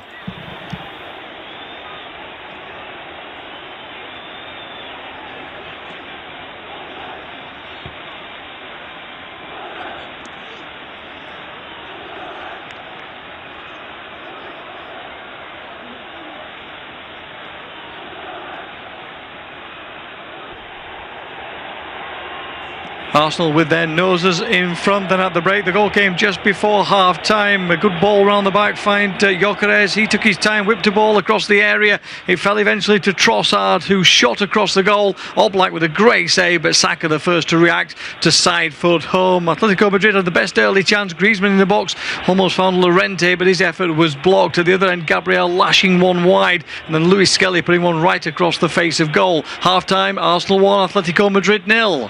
Arsenal with their noses in front, and at the break the goal came just before half time. A good ball round the back, find Gyökeres. He took his time, whipped a ball across the area. It fell eventually to Trossard, who shot across the goal. Oblak with a great save, but Saka the first to react to side foot home. Atletico Madrid had the best early chance. Griezmann in the box almost found Llorente, but his effort was blocked. At the other end, Gabriel lashing one wide, and then Luis Skelly putting one right across the face of goal. Half time, Arsenal 1, Atletico Madrid 0. Arsenal with their noses in front, and at the break the goal came just before half time. A good ball round the back, find Gyökeres. He took his time, whipped a ball across the area. It fell eventually to Trossard, who shot across the goal. Oblak with a great save, but Saka the first to react to side foot home. Atletico Madrid had the best early chance. Griezmann in the box almost found Llorente, but his effort was blocked. At the other end, Gabriel lashing one wide, and then Luis Skelly putting one right across the face of goal. Half time, Arsenal 1, Atletico Madrid 0. Arsenal with their noses in front, and at the break the goal came just before half time. A good ball round the back, find Gyökeres. He took his time, whipped a ball across the area. It fell eventually to Trossard, who shot across the goal. Oblak with a great save, but Saka the first to react to side foot home. Atletico Madrid had the best early chance. Griezmann in the box almost found Llorente, but his effort was blocked. At the other end, Gabriel lashing one wide, and then Luis Skelly putting one right across the face of goal. Half time, Arsenal 1, Atletico Madrid 0. Arsenal with their noses in front, and at the break the goal came just before half time. A good ball round the back, find Gyökeres. He took his time, whipped a ball across the area.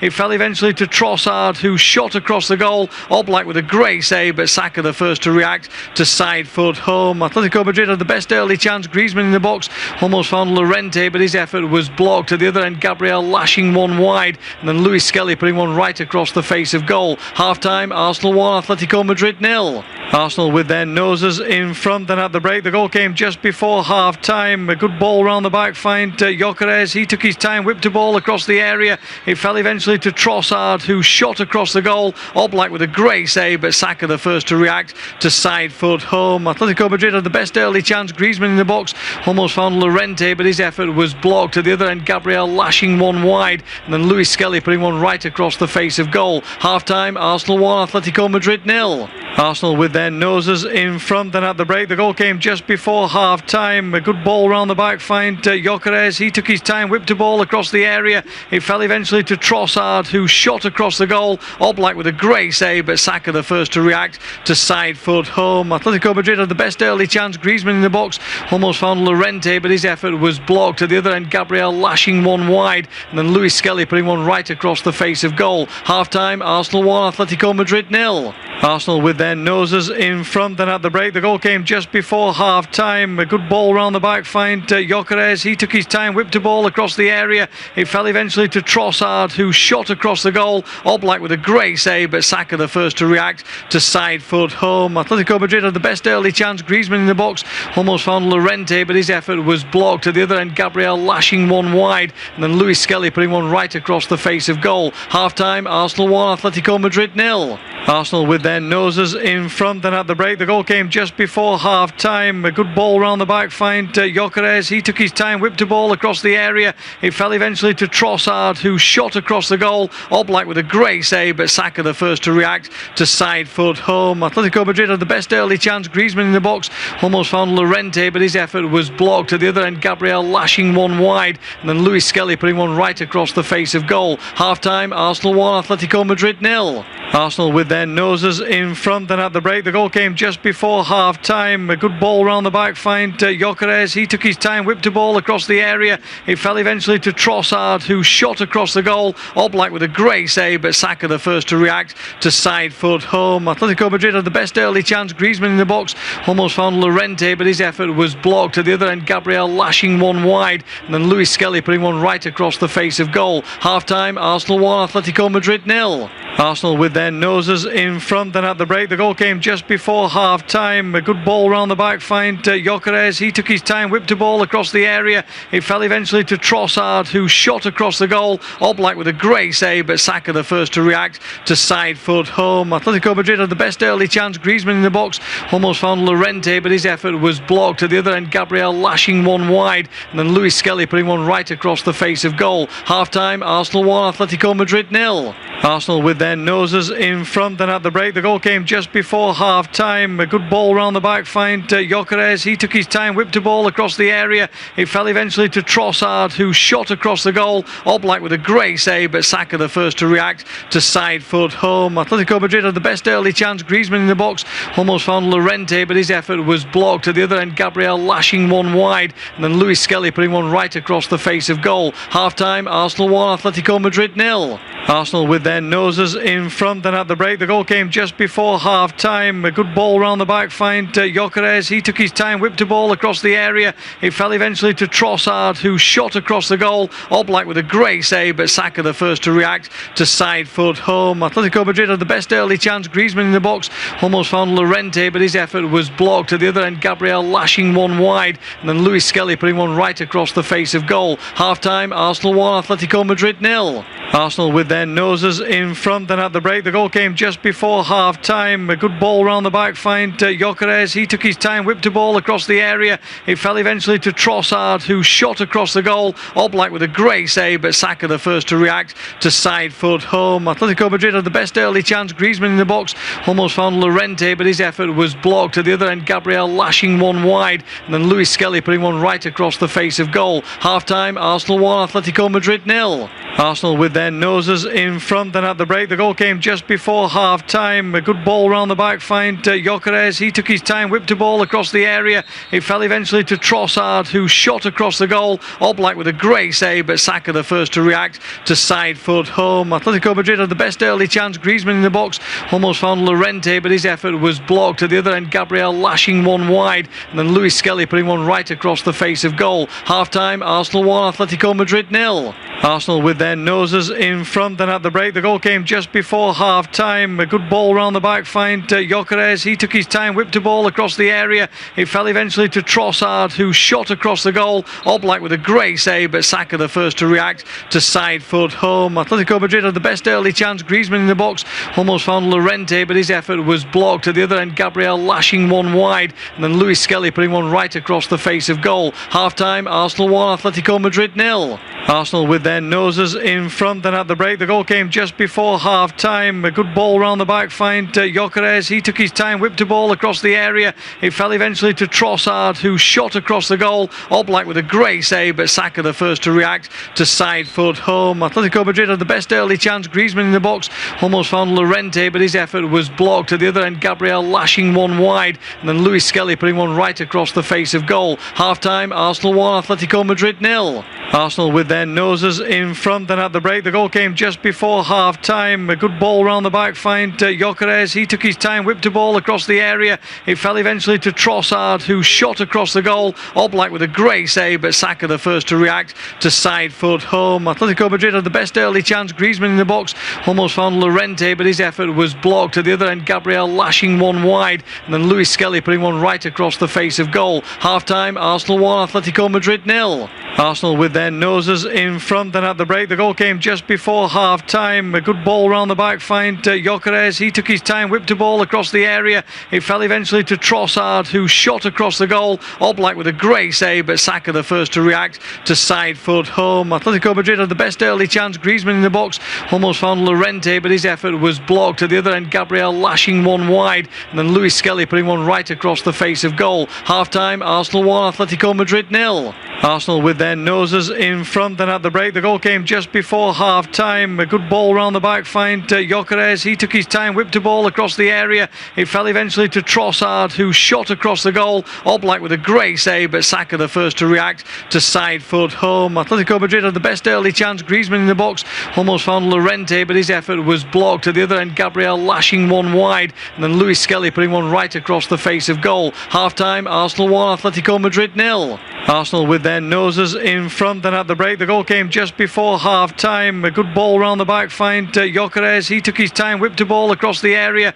It fell eventually to Trossard, who shot across the goal. Oblak with a great save, but Saka the first to react to side foot home. Atletico Madrid had the best early chance. Griezmann in the box, almost found Llorente, but his effort was blocked. At the other end, Gabriel lashing one wide, and then Luis Skelly putting one right across the face of goal. Half-time, Arsenal 1, Atletico Madrid 0. Arsenal with their noses in front, and at the break, the goal came just before half-time. A good ball round the back, find Gyökeres. He took his time, whipped a ball across the area. It fell eventually to Trossard, who shot across the goal. Oblak with a great save, but Saka the first to react to side foot home. Atletico Madrid had the best early chance. Griezmann in the box, almost found Llorente, but his effort was blocked. At the other end, Gabriel lashing one wide, and then Luis Skelly putting one right across the face of goal. Half-time, Arsenal 1, Atletico Madrid 0. Arsenal with their noses in front, and at the break, the goal came just before half-time. A good ball round the back, find Gyökeres. He took his time, whipped a ball across the area. It fell eventually to Trossard, who shot across the goal. Oblak with a great save, but Saka the first to react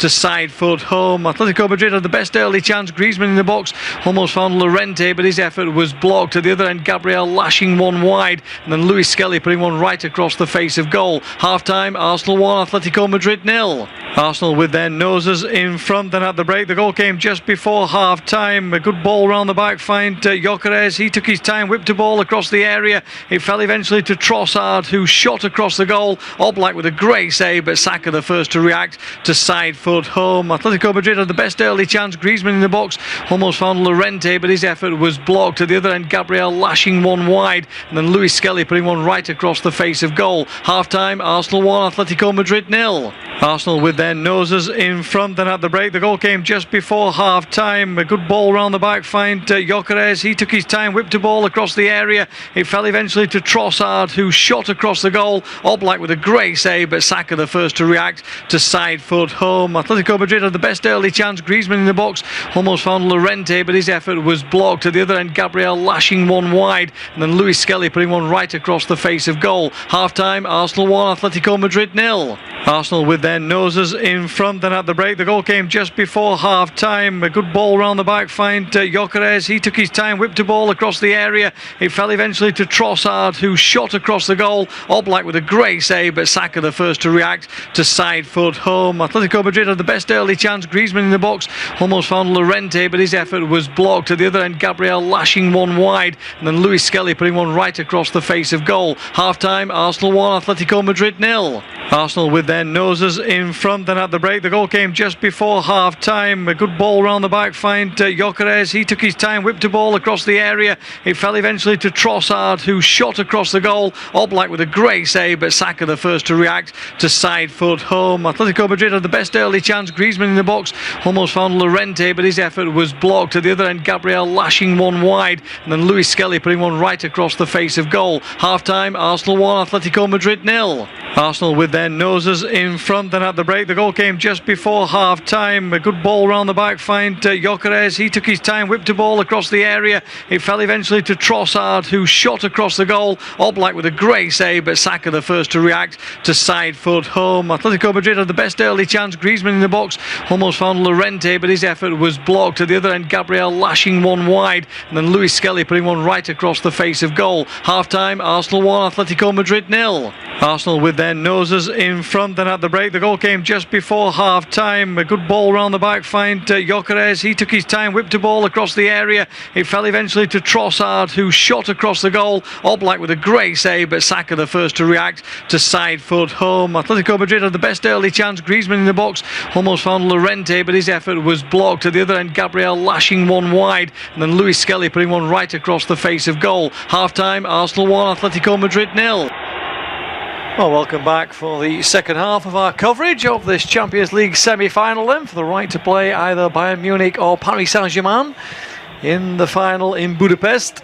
And Arsenal will get us underway in this second period. Atletico in the all blue, Arsenal in the usual red and white. And it's a long clearance downfield from Raya to get us underway. No changes at the break. Atleti now attacking the end where their supporters are, in that far corner from the camera pictures that you usually see from the Emirates Stadium. 2-1 on aggregate then, 1-0 on the night. And still a tense, intriguing encounter as it has been so far, as Atleti give the ball away in midfield, but it's picked up again by their defenders, and off they come away with Julian Alvarez down this right hand side. He'll try and change the point of attack, but he's managed to put one right in between two players, although it does drop eventually into the path of Ruggieri, who has space to run into. Drops it into Lookman, corner of the penalty area, gets it onto his right foot, plays it square to Alvarez, all rather tight, worked across again. There's players forward here, they can find the right ball in, comes towards Lookman here, and Griezmann getting a bit of a tangle, and it's cleared away. Gyökeres will battle for it, does really well again, gets himself in between player and ball, and there is a free kick for the challenge by Lenormand in defence, and Arsenal will be able to breathe a little sigh of relief, having just weathered a little bit of pressure from the Spanish side. Now Steve Pearson bringing this independent off-tube studio commentary. The next voice you will hear will be Jack Ogilvy giving you his thoughts on this second half. An intriguing one at that as well. Arsenal weren't great in the first half. Atletico looked dangerous on the break, but weren't really creating anything. Arsenal settled into the game, got that goal just before half-time. So Atletico Madrid was sent out early by Diego Simeone. Obviously wasn't too impressed by what he saw, but I think both managers have something to take from that first half, or obviously Arsenal with the lead.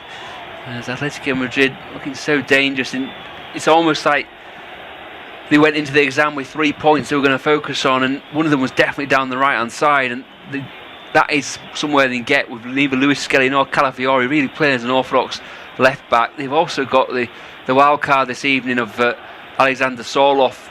He's certainly going to be fit to play the last half hour, I think, after missing out last week due to that muscular injury. This tie far from over, but advantage Arsenal at the moment. Yeah, absolutely, the Gunners with the noses in front, but defending to do here again as blue shirts scream forward. Puyol is allowed to run all the way down towards the edge of the penalty area. Chips a poor ball in the end, but it's one straight back by Atletico Madrid. Will be kept in play over on that far left hand side. Ruggieri just manages to get there before the ball runs out of play, and he's down towards the corner where his supporters are massed. Everybody in red and white tonight, so you've got to look for the stripes down the shirts rather than anything else. A quick glance across doesn't give you the full picture of who's who. As the ball is in the Arsenal half left-hand side. Coquet just rolls one across. It'll be worked across to Lenormand on this right-hand side. In turn, Griezmann pops up playing right wing all of a sudden. Although his ball across is poor, it's picked up by Rice, and Arsenal could break it. He picks a good pass to Trossard as Llorente gets across, pulls him back. A little tug on the shirt as Trossard stepped inside. Llorente quick to recover. Referee could have got a yellow card out, but Daniel Siebert has kept his card in his pocket through the whole evening and continues to do so. Yeah, I think that was a mutual decision. Llorente was happy to give the foul and Trossard was happy to receive it there, wasn't it? Good, calm referee, and I think he read the scenario there. Griezmann with the loose ball, potentially the person who played Saka on side for the goal as well. It's been a bit of a struggle for the Frenchman this evening. This is an opportunity for Arsenal. Declan Rice standing over a free kick, about 10 yards inside the Atletico Madrid half. Plays it short on this occasion, square to Lewis Skelly, then worked out to Saka over on that right hand side, who comes up towards Koke, has support with White on his right hand side, chips a good ball in, but it's behind everybody in red and white. Should be cleared away, although Atletico taking a little time to do so before Griezmann finally lifts one forward. Rice will head it away though before anybody in blue can get anywhere near it, but it's then cleared out of play for a throw in. Arteta picks up the ball and makes sure there's no quick throw in option, as we see some more grappling with Gyökeres and Koke and others all involved in there. Take your pick, who was swapping shirts on that one with him and Lenormand. And no free kick given, well, no penalty given or no free kick given either way, as the officials letting a bit of physical contact go in both penalty areas at the moment. Here come Atletico again in space down the left hand side. Poor ball across though by Ruggieri, just drops straight to Trossard on the opposite side of the field. He's rather fortunate though as he tries to play it forward. Ruggieri gets the block in, but it goes out of play for a throw to Arsenal deep inside their own half. Quickly through the two lineups for you then. Raya in goal with White, Saliba, Gabriel and Calafiori across the midfield. Rice and Lewis Skelly holding in midfield. Saka, Eze, Trossard and Gyökeres the front four. For the visitors, Oblak in goal, Pobil, Lenormand, Hanko and Ruggieri across the back four. Simeone, Llorente, Koke and Lookman the midfield. Griezmann and Alvarez in theory up front as the ball is headed back. Poor header back it is as well. Chance here inside the penalty area. Llorente can't force it home. He claims he's held back. The referee says no and gives the corner, but for a second it looked like Arsenal had got themselves in a tangle at the back, but Llorente could just not find Simeone I should say should not find the finish in the end inside the penalty area, and it comes to naught. Saliba's mistake is it's a great run right to left from Simeone. Saliba's trying to knock it back to his goalkeeper. Gabriel goes down, but I think there's a gap between him and Simeone. He's trying to see it again. The momentum, I don't know. It's just, there's no clear challenge, but Gabriel is going down, and his sheer size compared to Simeone. There is a kick, a little nick with the right boot. I don't think it's going to be given, but one of those that you've seen happen in the past. Absolutely, I'm not sure it was even a corner as the corner kick comes in. Raya kind of flaps at it but gets it out of the area. Shot comes in from distance, but it's well over the crossbar as Pobil finds a little bit of space 25 yards out but cannot keep it down, and Arsenal have weathered the storm.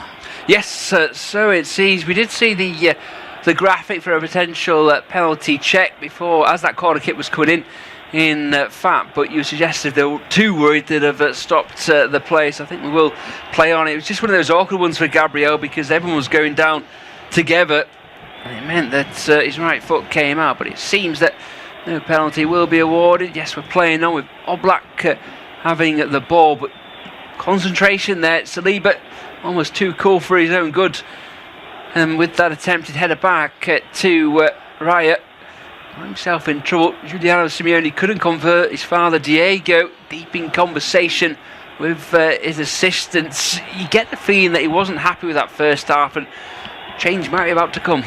Yeah, I think so. I mean, there's a lot of substitutes warming up at the moment. There's a whole gaggle of Arsenal subs down by the corner flag, the end that they're attacking, where Calafiori has the throw in, and looks like the same from Atletico at the opposite side of the field as the Spaniards win back possession again. Llorente pushes one inside to Griezmann. If he can find the right pass here, there are options through the centre. He looks towards Lookman. Good covering by White. Slides in and clears the ball away, but it's back to Llorente again. He tries to turn back inside, but finds his way blocked by Trossard, who should clear downfield. Well, eventually he leaves it to his central defensive pair to hook the ball down. Battling from both players again. Lenormand and Gyökeres are in a real physical battle in this second half, and the referee's saying, okay, which one do you want to give me to give? The foul by the attacker or the foul by the defender? Let's play on, which is nice to see. I don't mind that. Yeah, I just remember Alvaro Morata once describing training at Juventus with Giorgio Chiellini like being locked in a cage with a gorilla when you've got a bunch of bananas in your pocket. And I think Lenormand is very much that's school of defending. He's all arms and legs, happy to get over his man. And he and Gyökeres enjoying their duel at the moment. Yeah, it's a good battle. There's one or two starting to develop as Griezmann plays a poor ball forward and then slips, and that allows Rice to stride forward over the halfway, and he powers past a couple of midfielders. Llorente comes back to cover him, but he manages to get to Gyökeres on that right hand side, but Llorente is there again with a block. Superb play by the midfielder, and the ball spins away into a gap where only Griezmann is stood. He will pick up possession. His move into the Arsenal half is not quite as quick. He's a bit lacking in reinforcements for the moment, and there's a lot of red and white shirts back from the Gunners, as you'd expect, having led by a goal to nil just over the halfway mark.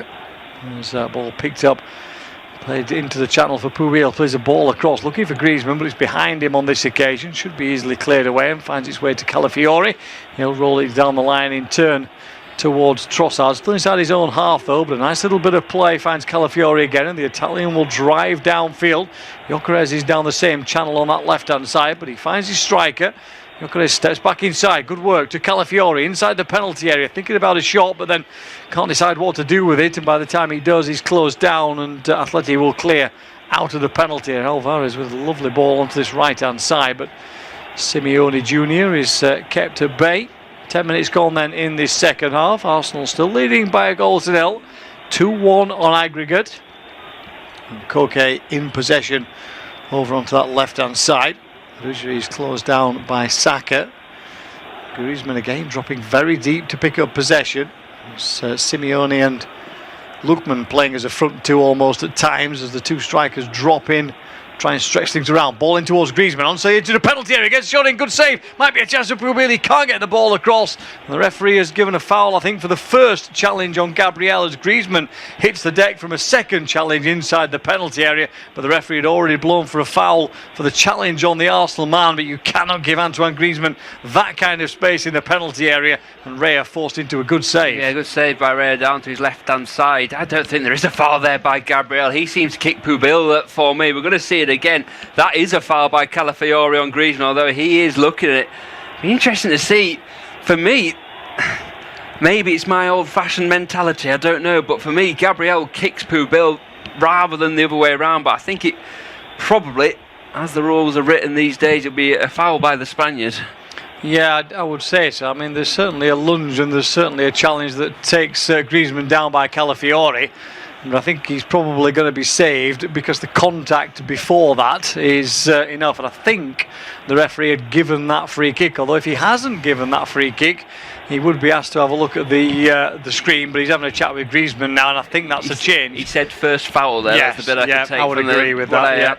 Read from his lip, but Alex Sorloth's come on, so has now Molina, the Argentinian right back. We're not quite sure who's come off. Johnny Cardozo's come on in the middle of the park as well. So Lookman, Simeone and Lenormand have come on. So Pubil will go into centre half, won't it? Molina to right back. Koke's making the point now about a bit of time wasting perhaps, but that can be part and parcel of football at this level. Pierre Incapié is going to replace Calafiori. You wonder if that's almost a predestined one as we tick towards the hour mark. Looks like Nani Madueke is also going to come on for Arsenal. So both managers going quite early with the substitutions. Yes, an absolute plethora of substitutions as we reach the 57-minute mark, not the usual 60 or 55. And Ødegaard is also there, so it's triple changes, it would appear, from both sides at the moment. confirmation of who's off where. Saka looks to be one of them, I think. Well, not surprisingly, he's taken an absolute age to get off the field.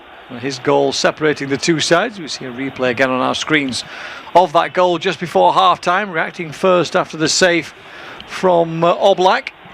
That's Griezmann at the other end, closest to scoring for Atletico Madrid. Have you timed this substitution, Jack? Well, just the referee 5 minutes of stoppage time. Atletico Madrid had a conversation with the referee about time wasting as they were making their substitution. At Arsenal, they've taken their time. But that's kind of the game, isn't it?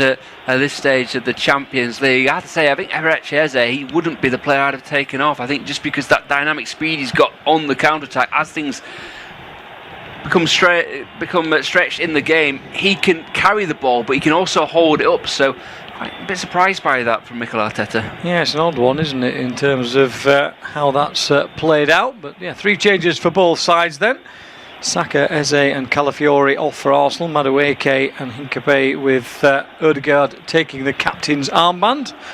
And then Sorloth, Molina and Cardozo, the 3 on for Atleti. Lenormand, Lookman and Simeone, the 3 who have headed off. So after all that, we end up with a foul and a free kick for Arsenal inside the centre circle. Quickly taken and then played out onto that right-hand side. Madueke gets his first real touch. Ball flicked into a central area. Ødegaard will fancy his chances on the strike. Not quite got his bearings so far. Whistles one about a yard over the crossbar, but found a bit of space, and there was a little bit more pace and urgency around Arsenal, around the penalty area. That was nicely worked, wasn't it, by Arsenal down the right-hand side? And it fell to Ødegaard. He just, how you say, maybe not quite got his bearings. He looked like he was almost stretching for the ball as he struck it there and couldn't keep it down. It's a bit of a reshuffle, especially for Atletico. Cardozo's gone inside. Llorente's a bit further back. I think they're going to play with a diamond in midfield with Griezmann at the tip of it. Maybe Cardozo to the left, Koke deep, Llorente to the right. Alvarez is going to go play on the left-hand side. Sorloth right through the middle. Real reshuffle for Diego Simeone's side.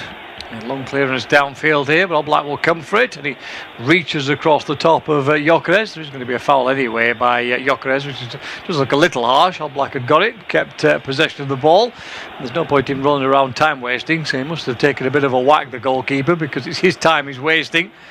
And he gets himself back to his feet. I haven't seen a replay to see exactly where the connection was. To be fair to Gyökeres, he's battling for the ball. I'm not sure he can exactly get out of the way of the goalkeeper. I don't think that's a foul. There is definitely contact, and Oblak will have felt it, I'm sure. Yeah, he's winded, isn't he, basically, Jan Oblak. It's happened to us all. It's not pleasant, but Gyökeres hard done by, but Atletico on the counter-attack. Griezmann makes his way into the box, tries to tease a shot, but it's half away by Gabriel. Saliba completes the clearance.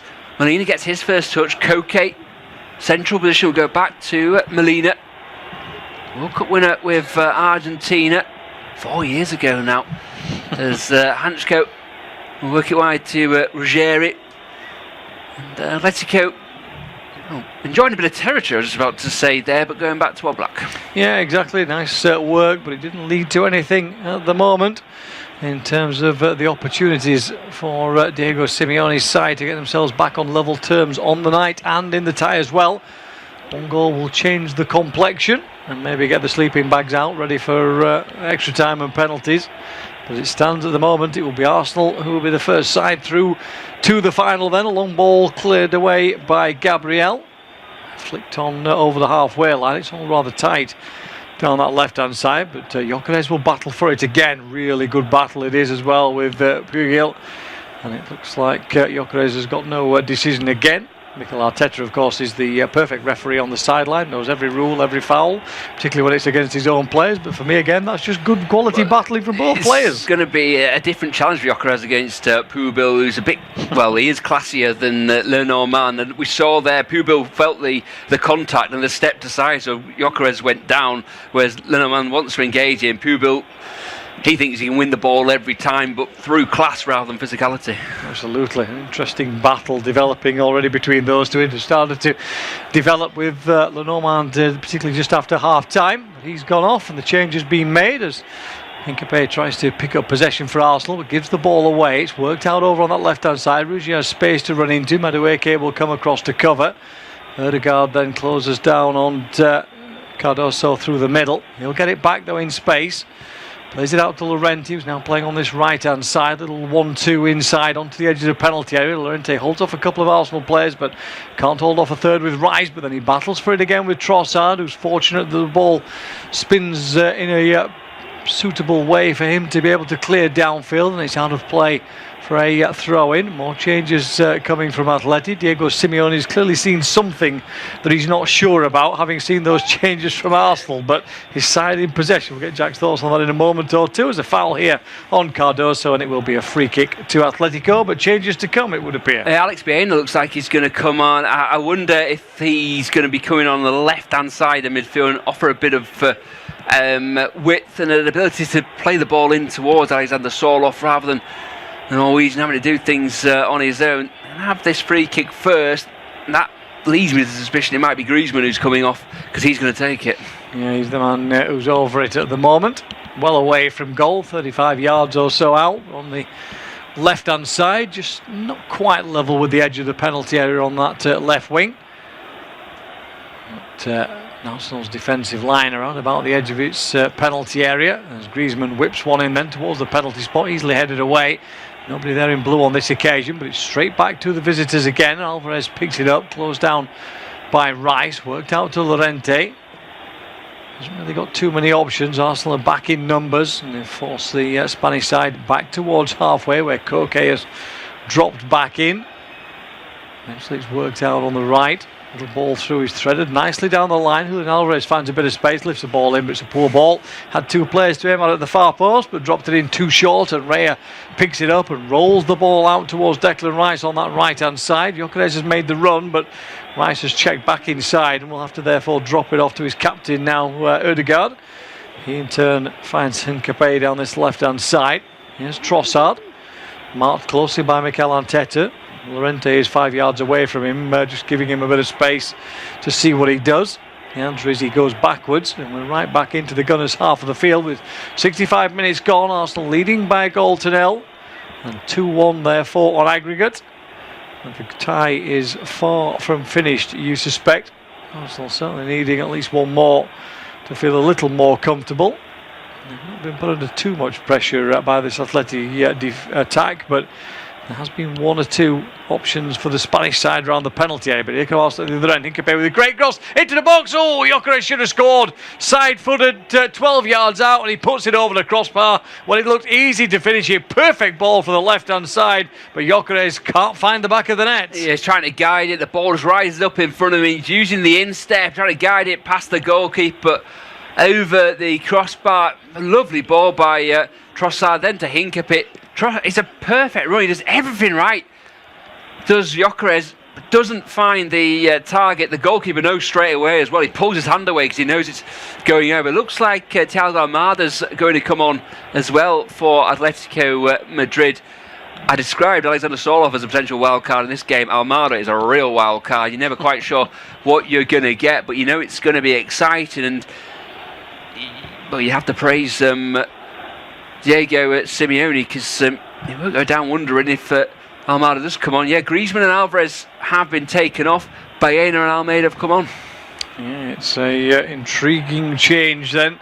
Soloff will play to the centre, one on either side in terms of the attacking efforts from Atleti now then. And there's still 24 minutes left to go, so he's not hanging around here, Diego Simeone. He's put all his cards on the table and said, that's what I've got. Let's see if that's enough to get something out of this match, as Koke has possession, closed down by Luis Skelly. It's worked out to Llorente on this right-hand side. Good work from Trossard, though, to close him down. Ball cleared long downfield. Won't find Soloff this time. It's hooked away from him by Saliba. Drops in midfield. Luis Skelly has gone down under the challenge of Koke, and it will be a free kick.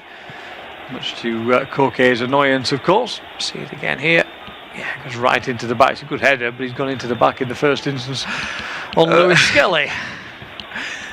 You know the rules better than I do. I think he got the jump on him there. Yeah, he's got his arm there. There's an elbow. There's an elbow, I think, rather than an arm. That's the way I'm leaning this time. Well, Luis Skelly was leaning before he got the contact, and I think he always wanted to go down. So, we'll agree to disagree. That's what it's all about. But the referee has given the free kick anyway, and that is who counts. Doesn't matter what me and Jack think. other than to keep you entertained, keep ourselves entertained as well this evening. But a chance for a free kick from Arsenal. But they've taken it short. Lewis Skelly tries to thread a ball looking for Trossard. Overhits it on this occasion though, and it runs straight out of play for a goal kick. So a quarter of the game left to go then. Can Atletico Madrid find a way back into it? Or is it Arsenal heading for the final? Jack will tell us one way or the other. Yeah, fascinatingly poised, isn't it? Of course, so is Bayern Munich against Paris Saint-Germain. You can catch that game at 8 o'clock on this service tomorrow evening. PSG 5-4 up from the first game, but never can quite trust them, and Bayern have also beaten them in the league phase, so brilliantly poised this game. Arsenal only one defeat in the last 24 European home games, but that was in the first leg of their semi-final at home at the Emirates against PSG last season. I think that probably shows you new stats, whatever you want out of them, because Lewis Skelly will give it to Trossard. Really impressed by Lewis Skelly this evening. Trossard into Hincapie. He's going to try and run Pubil. Just marks space to so well and steps away from the Arsenal man. Llorente, he's the right back, as has been for a lot of the season. Now Molina's playing further forward, but it was his poor ball there that only found Ben White. Ben White under pressure. Shot. I don't think he had too many other options due to the pressure on the ball, but Molina had got almost behind the players. He played it there. It was very, very deep. It wasn't a great ball by the Argentinian, and that wasn't great either as they try and play out from the goal kick. As poor Jose Maria Jimenez not fit enough to get any minutes tonight, but he's right in the front row of the dugout, and Nelson Vivas, I think, has gone to the back, so it's Jimenez's turn to receive the Diego Simeone treatment. The Uruguayan. Simeone and Arteta, I think few managers can match those two for the nervous energy they display. Ball forward this time, long from the goal kick by Oblak. It was won by Lewis Skelly, seconds by Hansko. Now Ruggieri into Cardozo. The American turns on halfway into Alex Baena. Some arrival from Villarreal. Pubil too from Almeria. Those two working really nicely to Llorente on the right hand side. Almada's just pulled into a bit of space. Llorente's ball in. It's awkward for Gabriel. He heads it right up in the air. Good shout from the goalkeeper David Raya, coming out, claiming the ball and just taking a bit of the potential sting out of any attack. Yeah, the problem for Atletico at the moment is when they are getting space out wide, they're not putting a decent ball into the area. They're only hitting red shirts at the minute. And yes, okay, there's not masses of players to aim at in there, but you've got to be more efficient with the balls in. Llorente is finding plenty of space on this right-hand side. But Arsenal just saying, okay, fine, you have it, and then we'll deal with whatever comes in. And that's been easy enough for them so far, as Gyökeres battles here and wins a corner kick. Rather fortunately, spins off the defender and goes behind from almost the edge of the penalty area. But in the set-piece opportunity for Arsenal with 20 minutes left. Yeah, it's an interesting setup now for Atletico. They have gone very, very attacking with technical playmakers, but if they are going to cross the ball, it's only going towards Sorloth, so Arsenal could double mark him at the back post. Ben White helping out William Saliba. It's corner kick to the Gunners. Declan Rice to take it. Again, deep breath before the plunge as Rice takes his time over his delivery. Cardozo's going to mark at Gabriel. That's a mismatch. Pubil and Gyökeres pushing each other in the 6-yard box. Low ball in. Sorloth heads it away at the near post. Madueke, first real touch for him. Darts towards the right wing, and he's got past Almada then. Then a right-footed ball in. I think he may have kicked it off his standing foot that in at the end. He's suggesting, was it a free kick or a... I'm not quite sure, but Matheus Zubimendi, he's going to join the party in the not too distant future. I've been talking of him potentially joining Atletico Madrid previously when he was at Real Sociedad, but heading to Arsenal instead. There's a goal kick, and well, Lewis Skelly has gone down. I imagine Zubimendi, it's going to be Lewis Skelly's number up for the 36 of Zubimendi. Somewhat understandably, Atletico Madrid, they started playing there before the referee stopped the play. They're just making sure this time is going to be added on. Lewis Skelly had an excellent evening actually in midfield. wasn't entirely sure that was the right call by Mikel Arteta, but he's played well as the Arsenal number 49, and he's got to depart with a rightful round of applause from the Emirates faithful.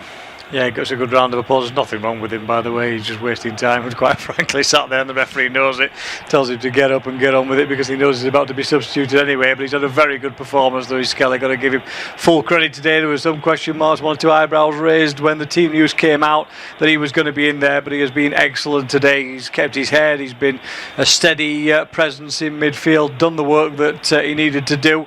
I've been very impressed by him. I've not always been impressed by him at times. You know, I do sort of wonder sometimes in terms of his temperament and in terms of his kind of awareness of what's happening around him. But tonight, absolutely spot on. No problem with him at all. Yeah, his body shape when receiving the ball sometimes concerns me, but he's been really good at receiving the ball, facing the play this evening. There's one time he was caught out early on, but seemed to learn from that, and very, very good. Hansko will find Koke. 1-0 to Arsenal on the evening. If you are just joining us, 2-1 rather on aggregate to the Gunners. They will be heading through to the final in Budapest on May the 30th. Great hold-up play by Soloff. Almost got it round the corner to Baena. Saliba held him up. Baena will get his chance though. Koke, great ball outside his right foot, finds Baena. Cross comes in. No, it doesn't. White gets the block in. Corner kick, Atletico Madrid. Been too many of those in this match. In fact, that's only the second of the game. Right in front of the corner where the travelling supporters are situated. Atletico loading the penalty spot.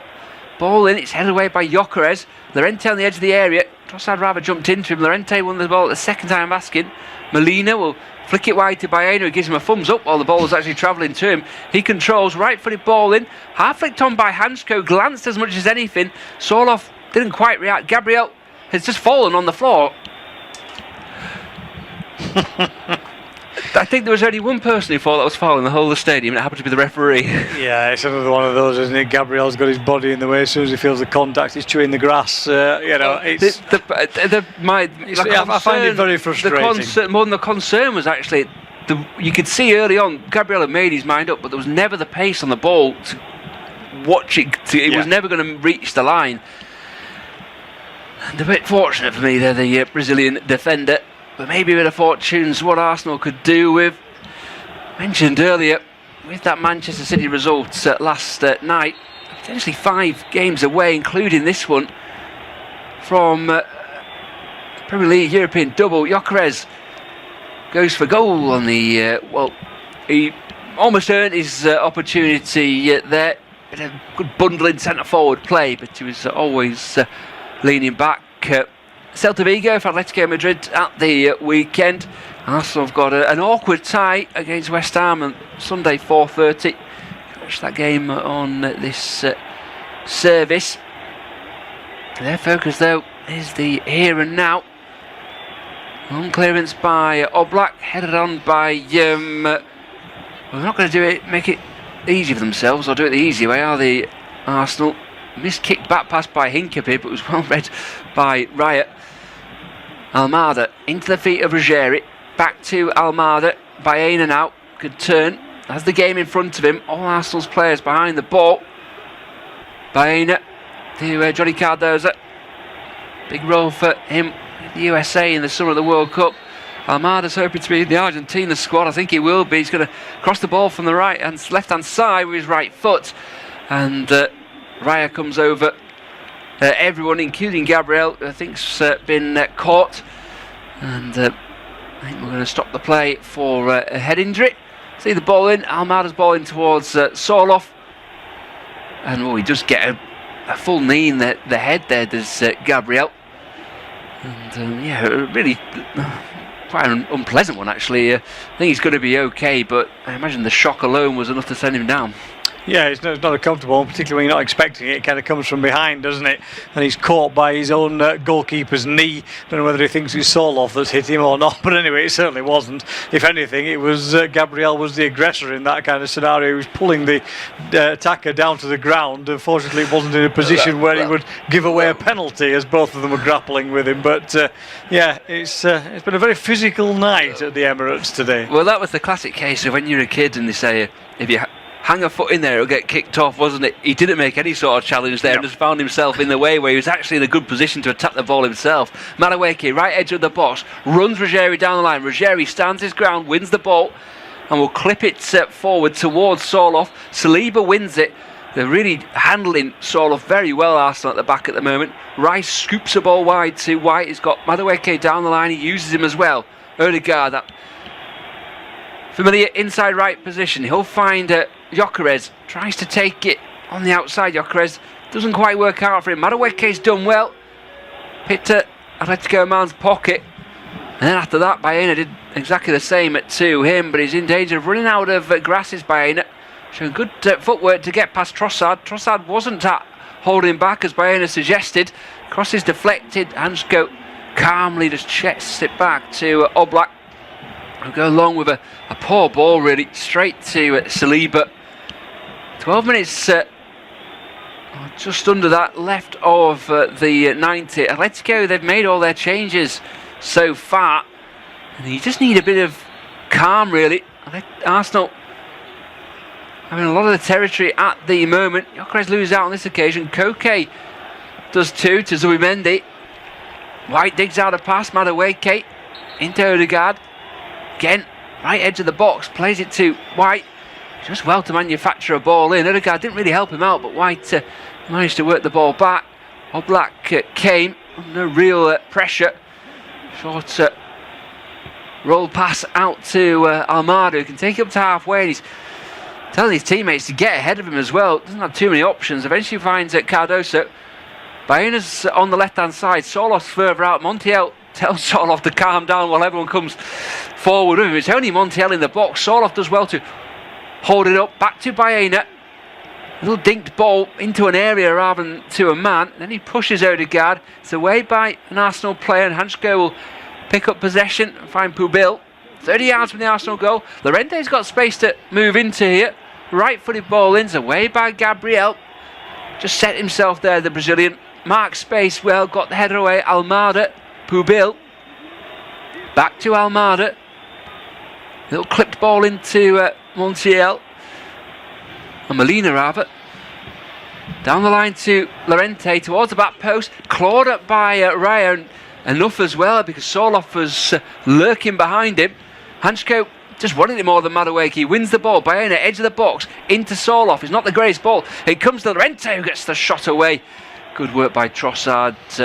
Diving across him, puts the Spaniard off, but it just dribbles in the end into Raya's hands. Yeah, it's a decent stop, but a regulation one for David Raya by the time it gets to him. As you say, Llorente, for a second, looks like he's got space on his left foot to whip a ball in, but Trossard's diving challenge is enough to hold him up there. So there's going to be a free kick, and there is finally going to be a yellow card here for the defender for holding back. Pubil is pulled up for that one. There was another covering defender coming across the middle, so I don't see anything in terms of a red on that occasion, but Gyökeres has done well all night with this one, putting his body in the way. What he's not been good at is anything in the penalty area so far, because his finishing has been way off in terms of this game, but in terms of his effort and his presence up there, he has caused nothing but trouble throughout this game. Pubil confirmed with the yellow card. At the other end though, 4 times we saw Atleti try and put a ball into the area. 4 times it only found an Arsenal man. You know, they're just not getting enough bodies in there. They're not getting the quality of ball in there. They're not getting around the back at all. They tried it there with the ball to Llorente. He did whip it back nicely, but again, just low on numbers in the penalty area. So when Raya flicks it away from Sorloth, there's nobody coming in behind. You expect a blue shirt to be driving in at that far post and have that opportunity. It wasn't there, and still we wait for the free kick to be taken, as not surprisingly Arsenal decide this is a perfect time for a committee meeting around the ball. Yes, as Odegaard will use his position as the captain and the chairman of the committee to take it. Simeone, I think he's been told to calm down, but he can see he's getting frustrated. He's just saying, come on, come on, come on, because Arsenal again are taking so long. And so are the officials now. Now they're marking out the wall. You can see by the cut of the grass that, well, they're definitely 12 yards from the ball because there's two mower marks away. As bodies gathered towards the far post. It's only about 30 yards out this, wide on the left-hand side. Odegaard's ball in towards Saliba, who gets the header away. It's a difficult one, though, for the Frenchman. way over in the end. And Saliba and Gabriel, I mean, a bit of that at the other end. Maybe Gabriel could have given Saliba the shout. Gabriel Martinelli's going to come on for the Gunners, replacing Trossard on the left-hand side of the attack. And the referee's trying to usher him off, but as you imagine, no rush at all. Some good distraction by the coaching staff as well, by not being in the technical area, so the referee has to deal with that while all this is going on as well. Yep. All part of the dark arts. We said the UEFA professor of the dark arts is in the other dugout. I'll tell you what, Arteta is his apprentice, let's put it that way, in terms of the dark arts from an Arsenal point of view. He's also learnt from one of the other best, Guardiola. Yeah, Madueke's got the ball off Ruggieri, slides it through to Odegaard. Just wasn't quite with the pace of the play there. Koke came from behind, just shepherded it back to Oblak. Atletico trying to play from deep. It was long for the days, and in this situation at least, of Miranda and Godin to knock it forward to if they need to in these kind of situations. Diego Costa as well, as Gabriel will go all the way back to Raya. Watch it onto his right, Foden boot it high into the North London sky. Gyökeres just chests it down to Pubil. On this occasion, Gabriel Martinelli gets his first touch to the block, and it's an effective one as well, because the deflection means the ball spins out for a throw rather than a goal kick. Tears already in the Atletico Madrid fans by the colour of that girl's scarf, as Llorente will dive in. And last touch came off him, so a corner kick. Arteta just, tucks his jumper into his trousers. Maybe the nerves are getting to him, Steve. Just finding anything to keep himself amused at the moment, isn't he? Just to try and keep a cool head as the challenge came in there from Llorente. So they came off the back of the Atleti man and out of play for the corner kick. But at the moment there is total disconnect between the Atleti midfield and Sorloth or whoever else is up front.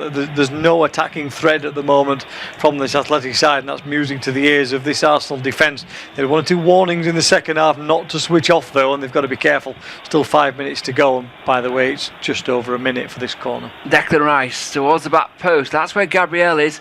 Ball bounces into the turf and up out for a goal kick. Be interesting to see how much additional time we get on.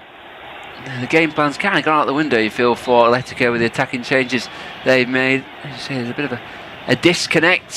3 times beaten finalists, twice under Diego Simeone, of course. First time they made the semi-final since 2017 this year. They lost the Copa del Rey final.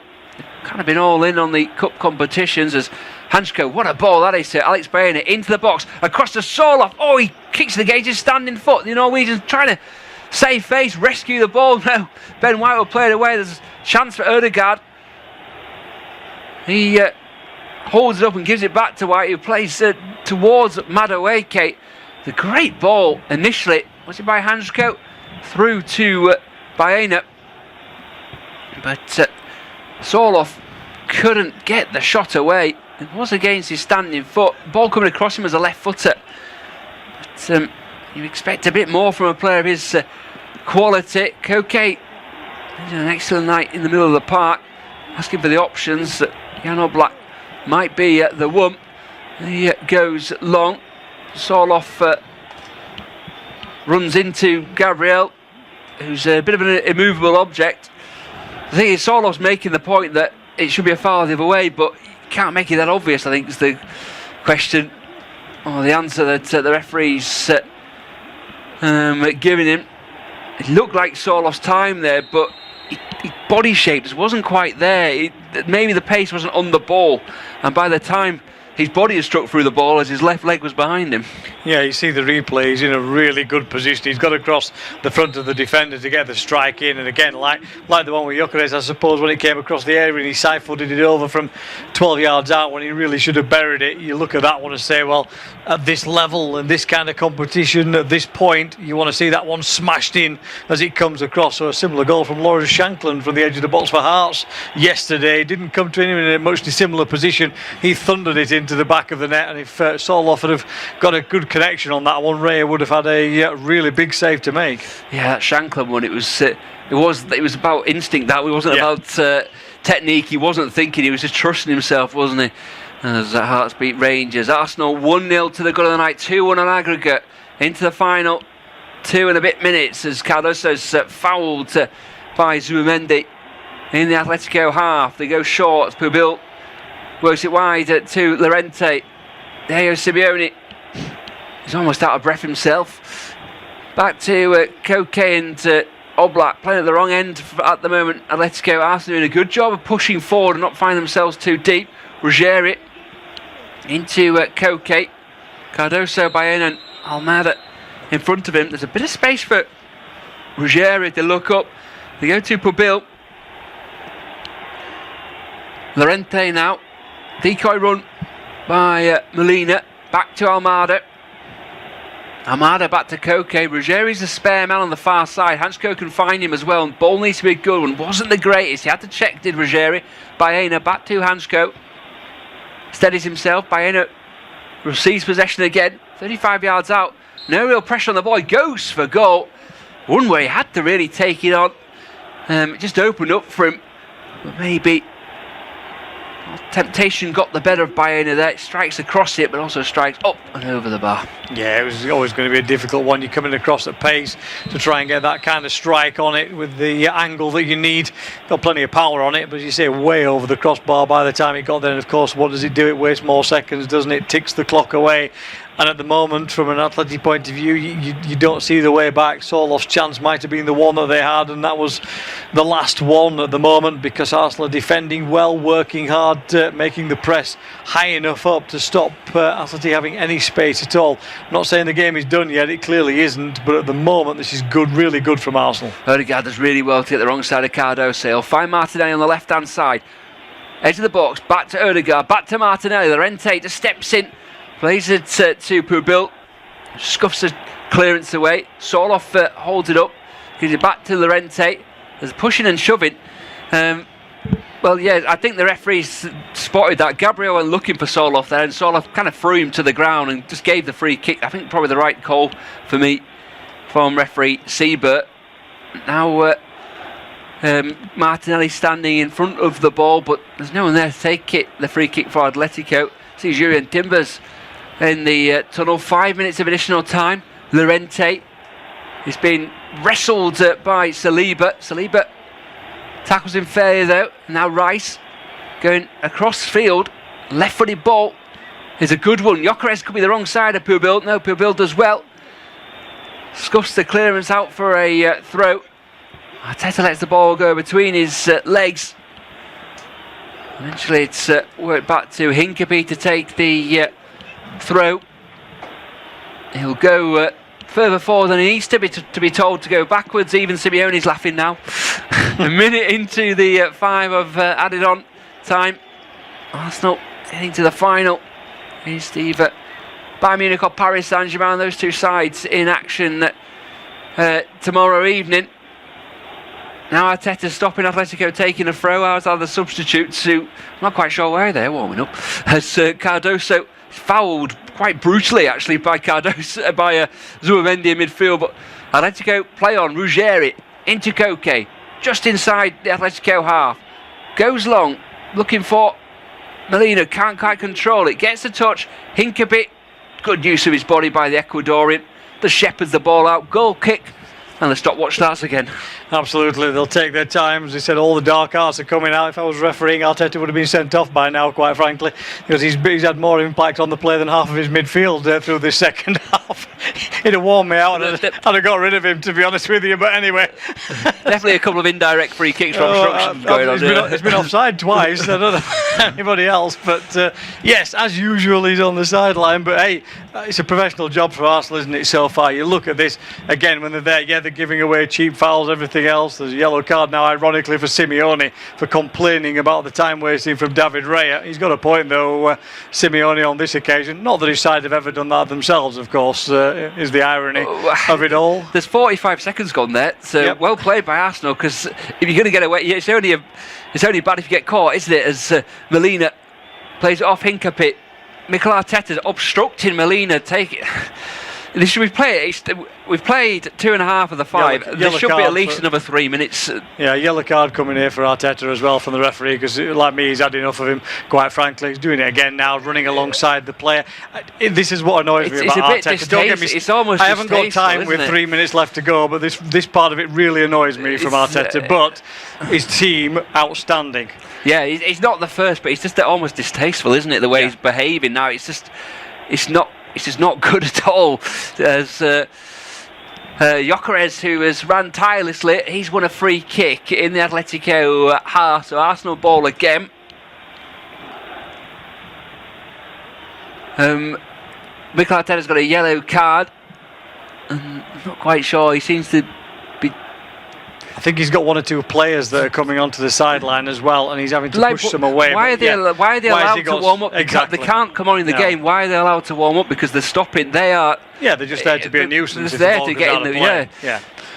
There's no other reason for all those to be like there. Lewis Skelly's not got a. I know he's pedantic, but Lewis Skelly's there with his red Arsenal shirt on there. Yeah. That's a yellow card because it's an infringement to the referee. Absolutely, it's just annoying. It's a minute since the Gyökeres free kick was awarded. It's to him. He plays it off himself though. Minimum of 5, maximum of 10, I think, here where we're going. And, Arsenal have just got to be careful because they're seeing the game out. They don't need all this on the sideline because they're seeing the game out on the field really well. It's actually causing a distraction to their own players at the moment, who are getting disjointed sometimes. Here, the ball forward to Soloff, but long ball from Atleti. This is easy for Gabriel and Saliba. This is exactly what they wanted all night. Just lump the ball up, we'll deal with it. Yeah, and Saliba hammers it into the sky across field. Going to go out in front of Arteta, and now we're not going to get the ball back because Martinelli's throwing it into the stand.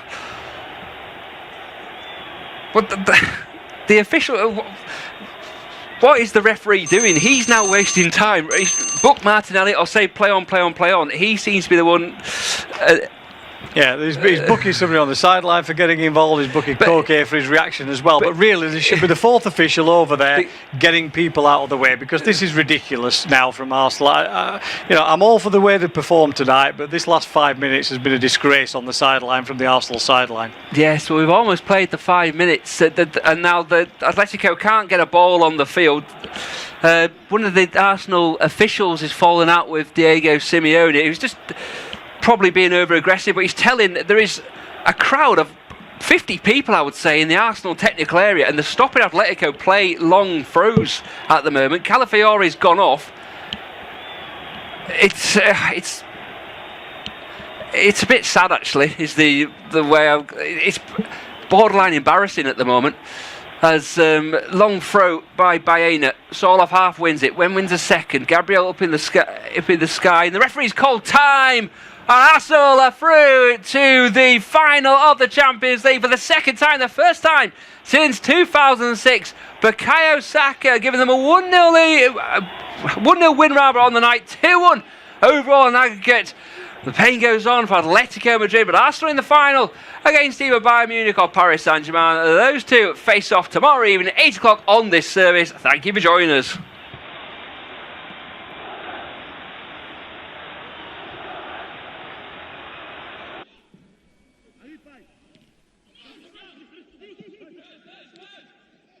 And now they're in the Champions League final for the first time for 20 years, and for only the second time in the competition's history. And there's some ill feeling out there, there's some pushing and shoving. Atletico Madrid's players, well, there's some frustration and anger, I would add, but there are scenes of great joy for the Arsenal players, the supporters in the stands, the players in a huddle together, and Arsenal have done it. They've knocked out Atletico Madrid and Diego Simeone. 1-0 on the night, 2-1 on aggregate, and Matt Upson in the old-fashioned style. What did it? A 1-0 to the Arsenal. Well, it's just appropriate, isn't it, for a game like this between two teams where no one was going to give an inch. The Arsenal just nick it 1-0 and Saka pops up with a goal. I mean, talk about building something over the seasons is what Mikel Arteta has done with this group of players. They're going just one step further every time. They want the Premier League so desperately, but they also want this. And the supporters want it too, and the feeling round this stadium, wow, what an evening for the fans. And now Declan Rice is calling all of the Arsenal players together. He's calling Mikel Arteta, and now Mikel Arteta, they're gathering in front of the clock end to our right, and all together Mikel Arteta's in there as well, and together running towards the Arsenal supporters. That's where that little gaggle of Arsenal ultras stand in their black shirts, and they've run towards them as the red and white scarves go up around the Emirates Stadium. North London forever, and actually credit to the Atletico Madrid fans. They're doing likewise in the corner. None of them have left. They're all still here, and they are applauding their players who have got to another Champions League semi-final and fallen short. And now the Arsenal players are going to the North Bank stand as well. Together, Mikel Arteta is right in the middle of that as they run downfield, hand in hand, punching the air. Well, these are